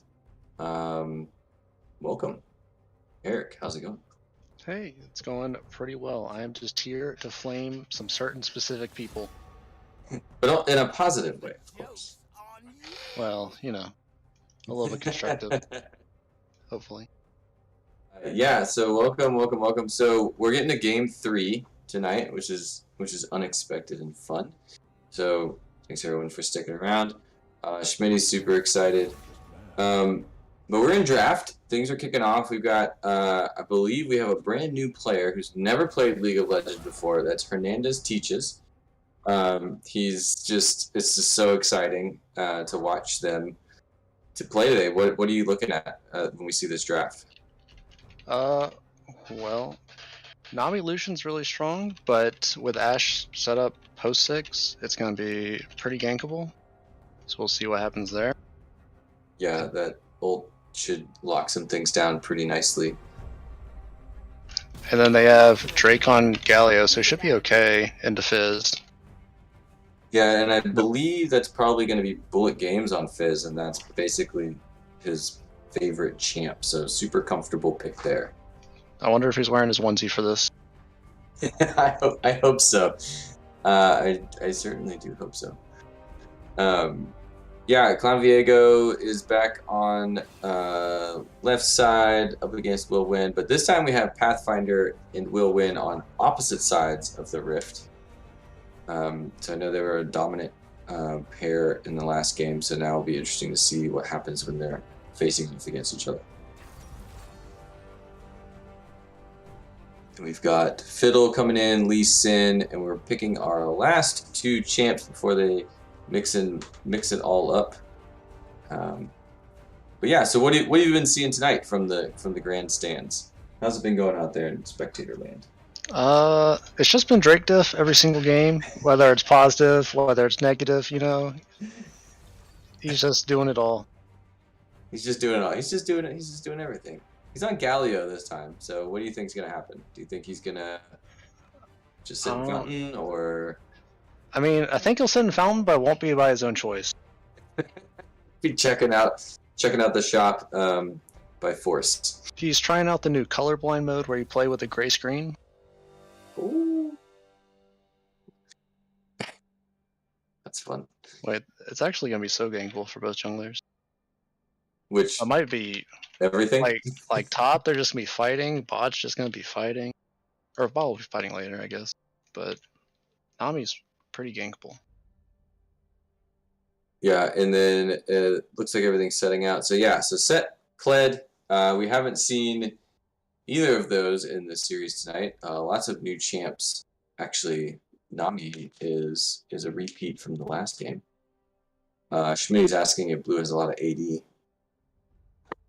Blue's over there. Eric, what's your breakdown, AD, AP? What do you see going on in this matchup? I mean, they have a lot of AD, but it doesn't really matter. They don't have a ton of people that are going to, like, they're not going to stack armor or anything. It's just going to be, like, Death's Dance on Kled. That'll probably be it. I guess, like, they'll get 2 Zanyas, but it's not, like, insane. And what do you think both these teams are going to be, like, strategically? How does Blue side get the upper hand? What do they need to do to Drake diff? They need to be able to kill bot lane repeatedly as soon as they hit 6. So just punish bot lane, and then just keep that rolling on the bot side. And then they're going to have to keep, whenever they group and start pushing, they're going to have to keep their side bushes warded for Fiddle ults.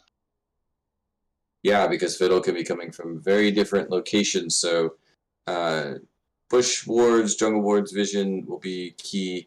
Schmitty has another question. He's asking, does AD does not matter because red isn't very tanky? What's why do you say AD is not really going to matter? I mean, they just don't have a lot of good armor items they can build. They're not going to stack armor or anything against them. And you'll still have Fizz. So if you just stack armor, you could even one-shot tankier players if you don't have any MR. Okay. Schmitty, I hope that answers your question. Chat, everybody, please pray for Rogue. We'll see if it works out for you. Red side now. Where do you think they come out ahead in this one? The Cloud matchup could go either way, I think. And really, whoever gets the first kill on that lane could just snowball. Yeah. It's a matchup again, Pathfinder versus English teacher. So we saw that in the last one. English teacher was in chat a little bit. So having just played against Pathfinder, maybe there's they've learned something in that one, and maybe even, I don't know, Hernandez might try to capitalize on the aggression of Pathfinder. I mean, Pathfinder gets ahead, it's going to be very hard to gank, but maybe that early aggression is something they can use to their advantage. Though I think Fiddle has to kind of wait a little bit before they can really come online. So yeah, that's going to be the question, I think. There's a lot of lanes that can just explode early on and just end instantly if someone's not there. So what we've been talking a lot about Drake. Where in this matchup between Fizz and Galio, we didn't see a lot of mid lane. We saw a lot of mid lane fighting with the Anivia game in game 1. There was a lot of drama and back and forth there. But in game 2, it really was just top and bot, and there wasn't a lot going on in the mid lane. Veigar was pushed back, but they were both 0-0-0 at even CS for the better part of the first part of that game. What does a Galio into a Fizz look like? Like, what do they need to be looking out for? I'm honestly expecting mid lane to be 0v0, and both mid laners are just leaving to go to other lanes. Trying to make an impact somewhere else. Yep. Either like Fizz roaming wherever, Galio trying to match it. I mean, you can go either top or bot as Fizz in this game. And Yeah, have it be impactful. nice and mobile, able to move around. Should be fun to watch. And it looks like we're getting in right now. Get everything loaded up. Now the question is will there be a third invade attempt of the night? I think these games, there has to be an invade, otherwise you're not actually playing. Right? And here they are rolling down mid lane, 5 stack, but they're split up on the red side, so a little bit different going on over there on this side. It looks like we've got a 5v1 going down. Nami is going to be flashing over the wall, but Braum is going to come in on that one for the first blood going over to blue side. Yeah, And Braum that's gonna be level an 1's early kill. just insane. And now Nami is caught out on that win. Or not Nami, excuse me, Lucian. Going back, now going to channel and get out of there. So early aggression and a 1 kill going over to the blue side early on. And it's on Braum. So Yeah, that's a little we'll see. unfortunate. The Braum carry is beginning. Effigy going down. So see you later, Scarecrow. Car, could you kick the Discord stream back on when you get a chance? A little bit of a fight happening in the top lane.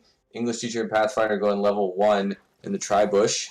So some trades happening early. The aggression doesn't just stop at the invade, but it continues on even into the top lane. So I don't know, maybe we're seeing kind of like the first game repeated where there were just 6 kills at like 3 minutes, just highly aggressive. Yeah, I'm expecting them to just be fighting nonstop top lane. I'm wondering if they're gonna ever find Yeah. the pink Really ward. good. What was that one, Eric? I'm wondering if they're ever gonna find the pink ward in the blue side jungle. Yeah, right there in the pathing lane. I mean, it's an interesting spot, and it looks like it's just giving it's a nice little bit of vision information there. So they'll be able to see where Lee Sin is. Oh, as Bullet Games gets Galio very, very low in a back and forth trade, but Kiri is also extremely low. And so even though blue side gets that first kill early on, Will Win and Caspi are doing some work down there to really shove Rogue Otters and Kikiri back. So you had mentioned that blue side needed to be hyper aggressive, but it looks like red side's trying to make sure that that doesn't happen.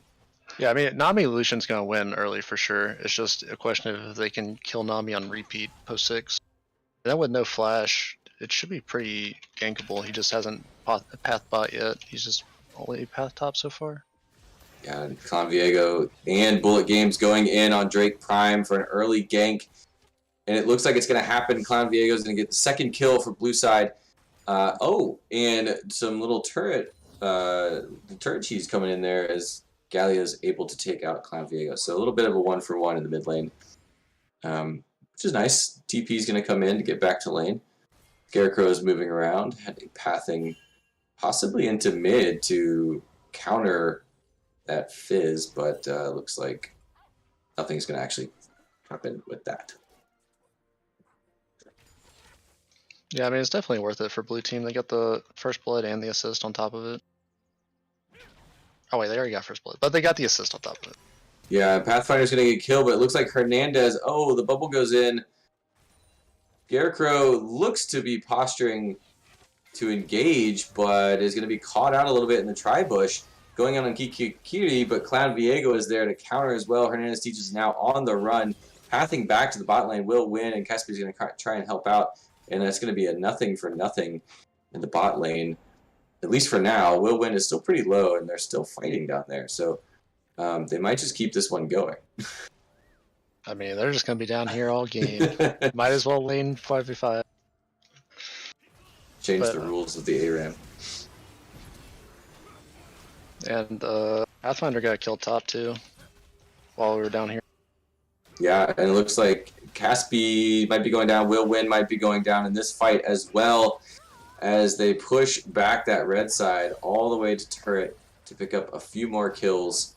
And the Galio is trying against this Fizz and does get back in time not to get taken out. So hyper aggressive Lee Sin moving down to that bot side. And that is definitely going to help blue side, like you were mentioning. That's gonna help once they get to 6 to be even more punishing. Yeah, anytime Nami's flash is down, it's real killable. So we'll see here as some fighting going on in the top lane. Pathfinder is going to be ganked now by Hernandez Ticha as a 2v1. In comes the true damage. Hernandez is still looking completely fine. Kled's looking great. Pathfinder is now on the run. The question is, are they going to dive under this turret to get it? They're going to back away and just push him into turret. But Lee Sin is now there to counter the gank, and I don't think that's going to go well for anyone. Drake Prime is in the mid lane, being taken out by Bullet Games. And Clown Viego is just going to back off and kind of shield and shelter Pathfinder up in the top lane. But English Teacher is looking pretty healthy. Yeah, he's looking okay right now. If he's close to 6, it could be diveable. With Ignite coming back up, maybe I'll go for it. But at least I think he just hit it. But yeah, he's asking to go into a 2v1 and the turret. So I don't know if that's going to work out very well. Aggressive forward Nami taking on Rogue Otters. Even though they died, but he's still up 20 CS. Oh yeah. Some return action in the top lane. Now it looks like English Teacher's just bullying, but Lee Sin is in that jungle, looking like they're going to be curling around for a gank here as we go back to the bot lane. A little bit of a trade happening. Braum goes in. The Ashe slow happens. They're not able to follow up immediately. Not enough minions to protect them, but the damage is coming out.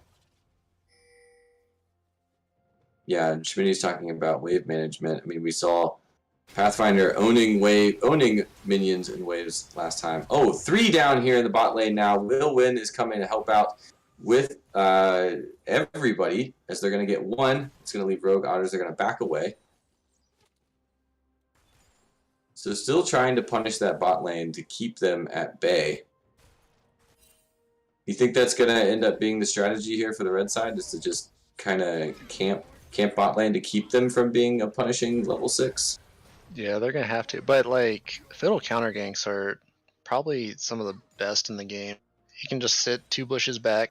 As soon as bot lane gets ganked, he can ult in. Yeah, we'll see. We're only at 8 minutes, so Drake is up. No one has taken it. Herald just popped. Drake Prime is getting beaten up by Fizz, but is going to be able to get away to the turret. So Drake is at 1-2-0. Fizz has 1 kill. Oh, here comes the double onto Kled in the top lane. Clown Viego and Pathfinder trying to get something. Clown Viego has to back away. English teacher now dueling it out with Pathfinder. Dismounted, but no kill there. So a much, I guess, English teacher learned a little bit from that matchup with Pathfinder in the last game, and is holding their own. Pathfinder is not able to do the work they seemed to be doing last time, though they are doing quite well in the CS comparatively. Yeah, and English teacher's gonna need a back soon. He's been down to full item, or like half an item for a while now. If he can even it out, it'll really help him. But playing lane out down to Phage is kind of rough. Yeah, 50%. Pathfinder's got a nice wave coming in. This could go poorly for English. He might get that back without asking for it, as the engage comes in. Will Win steps up, gets hit by everything, but is now fighting back and takes out Kiki Kiri, and Rogue Otters is low. And just like you had mentioned, that gank comes in from Fiddle, and nicely played. Except Fiddle goes down, unfortunately. I couldn't really tell if they got just hard baited by Lucian having cleanse, or not. Yeah, I don't know. It looked like kind of what you were talking about, having the setup earlier, is just to try and get that Fiddle to assist. Got 1, but they lost Fiddle out of that, and Pathfinder's done some work on some plates up top. Here comes Kled, having bought some stuff, try and even things out.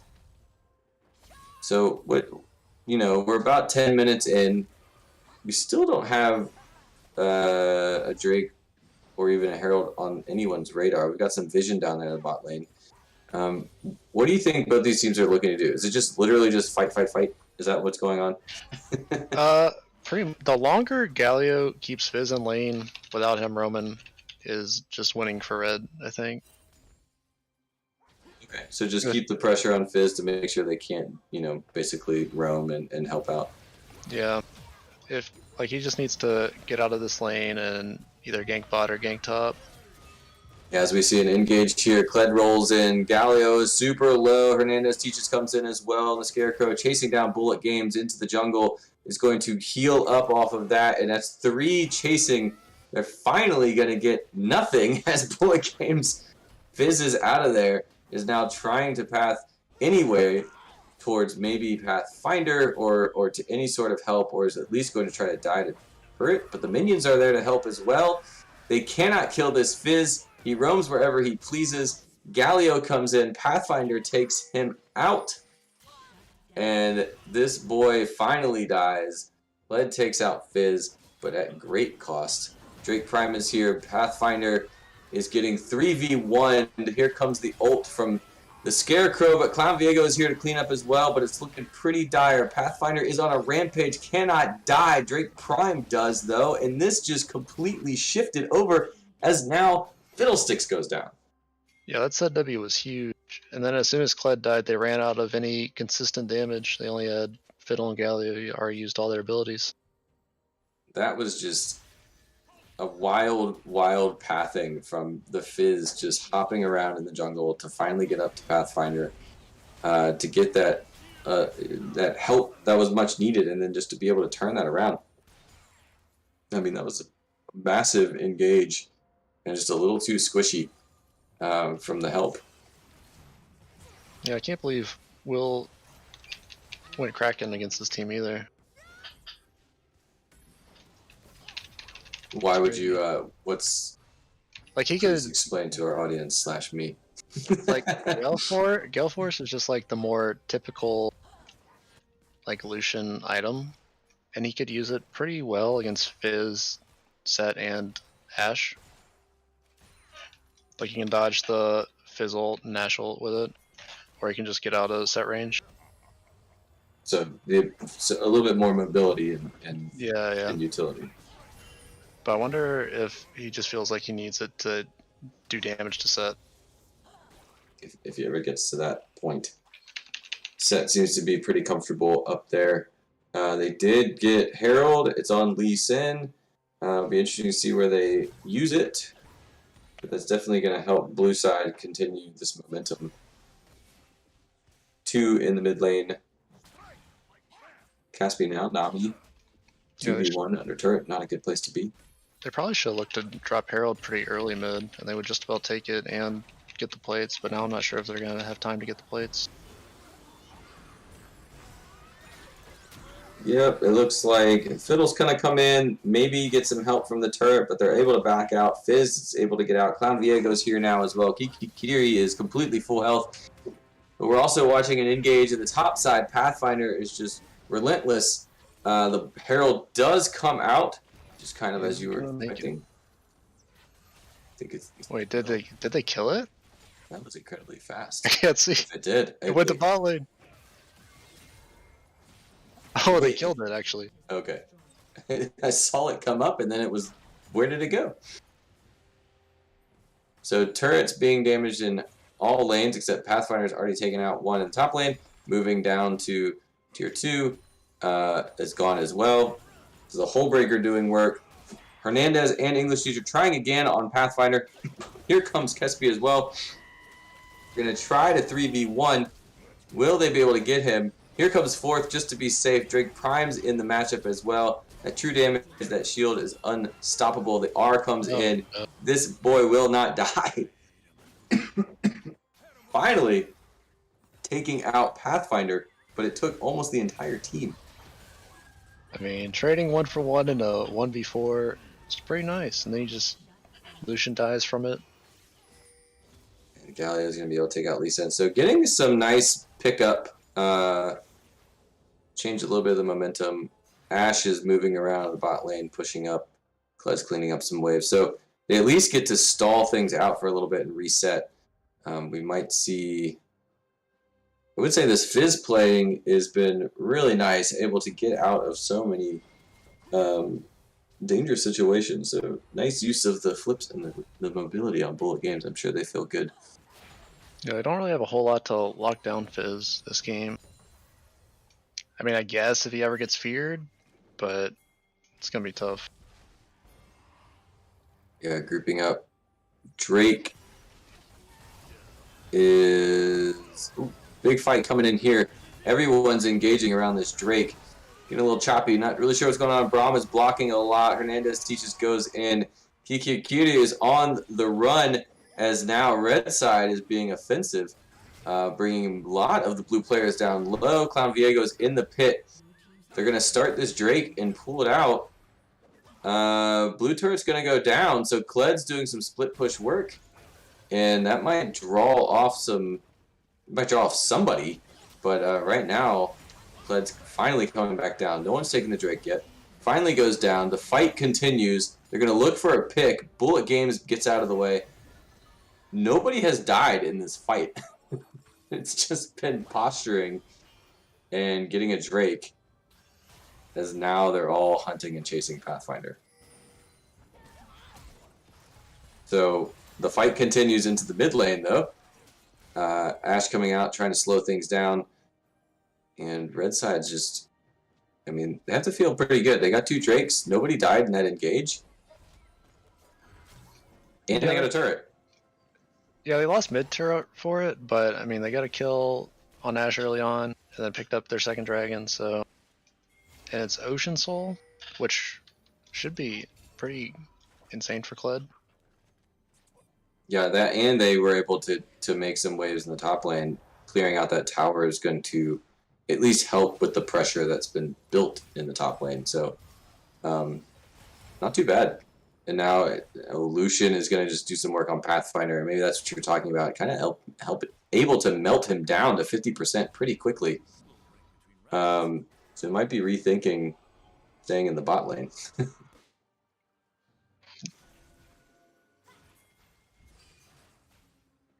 Let's see, we've got tons of gold up in the top lane. Will Win sitting on some nice money, as well as Fizz. So, what do you see in there? I mean, it's kind of nicely evened out in some respects. I mean, it's not too bad. Yeah, it's just a really, I guess if they just 5-man everywhere, you know.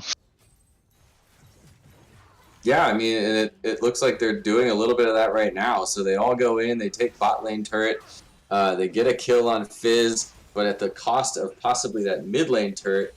I don't think they're going to be able to rotate in time. Kled's just going to move and just keep pressuring. So trades all around for both champs and turrets, as they are going to have to back away, even though that wave is coming in. So things are kind of moving in their direction. I mean, Kled's got minions. They got another wave coming. They can't really see it because they've got some good vision too to see if anyone's pathing down, but nobody's headed that way. Yeah, red side's got full vision in bot side. Yeah. And so we'll see. I mean, I don't know why both Fizz and Set are bot. Only one of them needs to be there. Yeah, they both went to respond. And there was a little bit of a fight over by Herald, but it kind of just disappeared. And that's going to rotate red team to the mid lane to clear out some waves and push in on this, as Cloud Viego is kind of by themselves. And they're going to get some serious movement on this mid lane. Pathfinder is now in the bot side. Kled's there to counter this, but things have kind of shifted all of a sudden a little bit into red's favor. Yeah, I think blue team should look for some kind of fight where they are able to engage on Will, since he had to burn flash in the bot lane early on. And with no Gale Force, he should be a pretty huge target. They just have to. They would just have to keep up with Fiddle whenever they go in. Oh, Pathfinder caught out a little bit by themselves, trying to kite back to the rest of the team. And they are going to move away. In comes the Fiddlesticks chasing Pathfinder. Now everybody is hunting for blue side. And that's going to be a huge engage in the mid lane as everybody is engaged in this fight. 5v5 it looks like.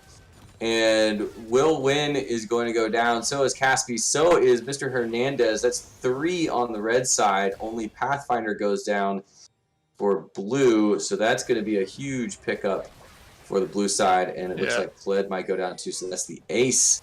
And that should be Baron if they go for it.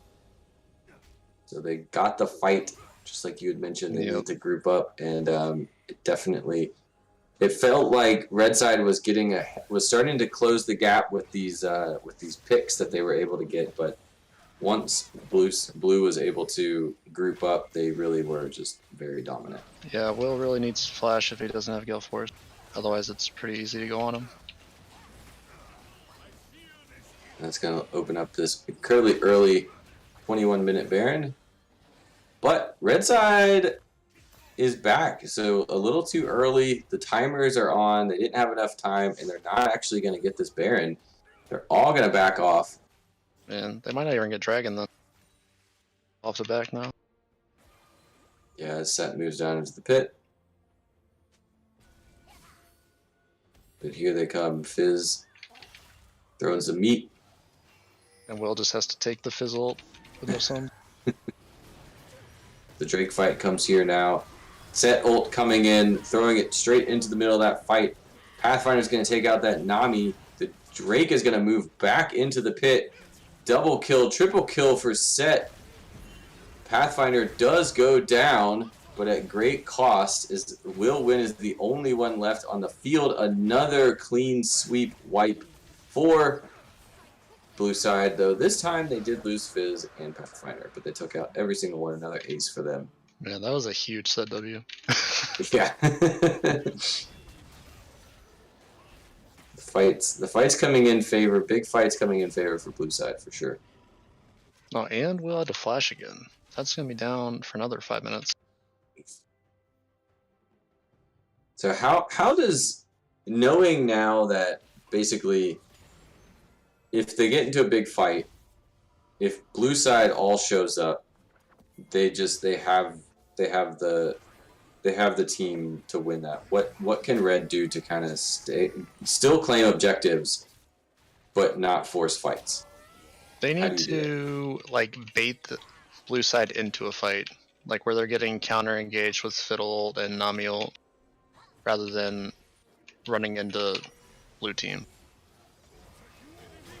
We see a bubble come out that's going to stun our Braum. Haunted as well. Too tanky though, and it only takes 25% damage. So they threw a lot, but Braum able to be a nice little wall support. We got a little bit of a mid lane action coming in. The Fiddle channeling, in goes the ult, but not able to follow up with the Crowstorm. That's going to be down. I think we're almost seeing a repeat of some previous fights where they try to throw it, but it's just not enough, and that's just going to let blue side just kind of regroup and that's Set taking another turret for red side. Or excuse me, for blue side. Yeah, as long as they know where Fiddle is, it's gonna be hard to get any sort of engage. They're trying to get a little pick here, but unfortunately it's going to be a reverse pick as everyone's hanging out in the bush, and the jump is going to be on. Drake Prime is going to go down to Clown Viego. The engage continues as red side is now showing up. Hernandez Teaches comes in, trying to clean things up. Lucian takes out Lee Sin, and things are kind of moving in red side's favor if they could just get out. They can't. Pathfinder now going on inhib. Bullet Games takes out Will Win. Kled is trying to just survive and keep the inhib alive. The ult comes in. Pathfinder takes him all the way to the other inhib. And that's just going to leave Fiddle on the board. And that's going to open things up as Pathfinder is just hole breaking his way into the Nexus. Yeah. I mean, they got 9 seconds on Lucian. I don't think they can end it. Unless they die. They're throwing everything they can at Pathfinder, and he's able to just get away and squeak by. Yeah, they should have to go back and get Baron.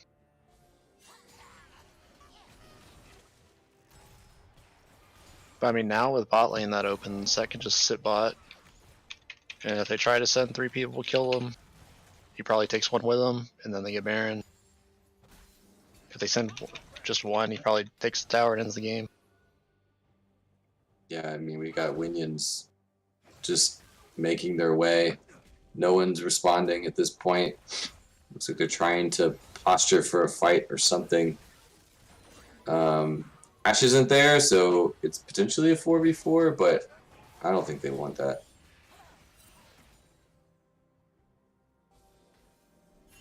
I mean, there's Kled's having to back. Another round of super minions is coming in. Fight happening out now. It's going to be 4v1 against Pathfinder. Set still will not go down. Pathfinder takes out Fiddlesticks. Galio finally gets set down. Bullet Games is going to return in kind, taking out Lucian, and that's a big clean by blue side. That's going to open up Baron. Kled has to stay in base on these Winions. That is going to be a Baron. I mean, I guess it's Baron. They could just end the game, but Yeah, you know. they could just go. I mean, they've got 20-something seconds on these timers, but I hope they can 4v1. sometimes you just want to say you got Baron. I mean, I don't think they really need to back here. They could just catch a wave on the side lane, catch a wave in the mid, and I mean, if they're gonna get Baron, you might as well back. But, you got the Yeah. fast back. You might as well do it. But I just think the Baron was a bit unnecessary. it has let all of red side respawn. Which, I mean, you gotta spend that gold.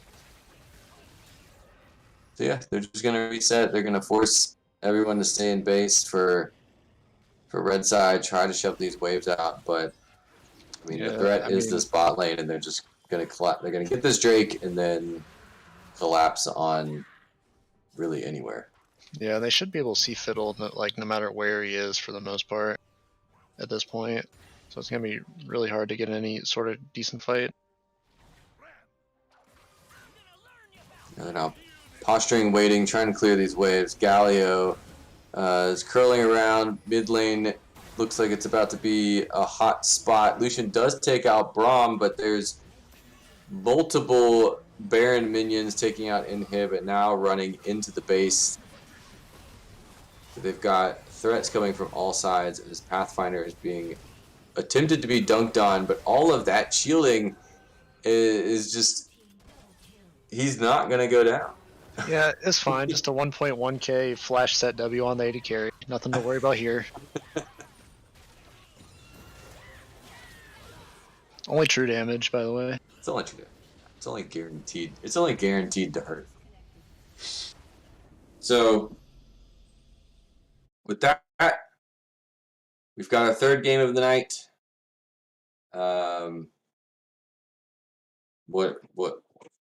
What can you say? Preseason for Tier 1. Special guest Eric showing up in the booth. Thanks for joining. No problem. It was fun. Yeah. What thoughts about what overall for this evening in anticipation of season 2022 season? What are your thoughts? Got some powerhouses out here. Yeah, Pathfinder looked pretty good in all three of these games. You got huge leads. Yes, indeed. You know, and then I need to see. I don't know what other top laners there are that are playing this year. Right now, just it looks like well, we've got several Phil choice players, and then one other really like first pick top laner. So we'll see how that plans out. We're still working with the captains on teams, so have those out as soon as possible.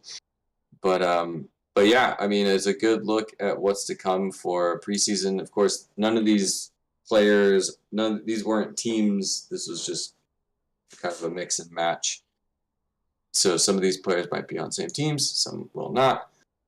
But it's always good to kind of see them in advance, so a little teaser of what's to come.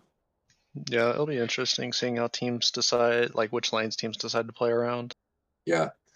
Especially we have a ton of, there was 6 first pick mid laners, 5 first pick ADCs. So there's going to be definitely people on off roles in every team. So that'll change how everything kind of works out. So it'll be good to watch. So I got split, but I do want to say big thanks to Cartera for running production behind the scenes tonight. Thanks to Danielle, Nashama, and Robbie, who got off stream to play. And then, of course, Eric for popping in and saying hey. And to our lovely chat crew. So thanks everybody out there for watching. And we'll be back Saturday maybe for some Rocket League, and next week for some more community games.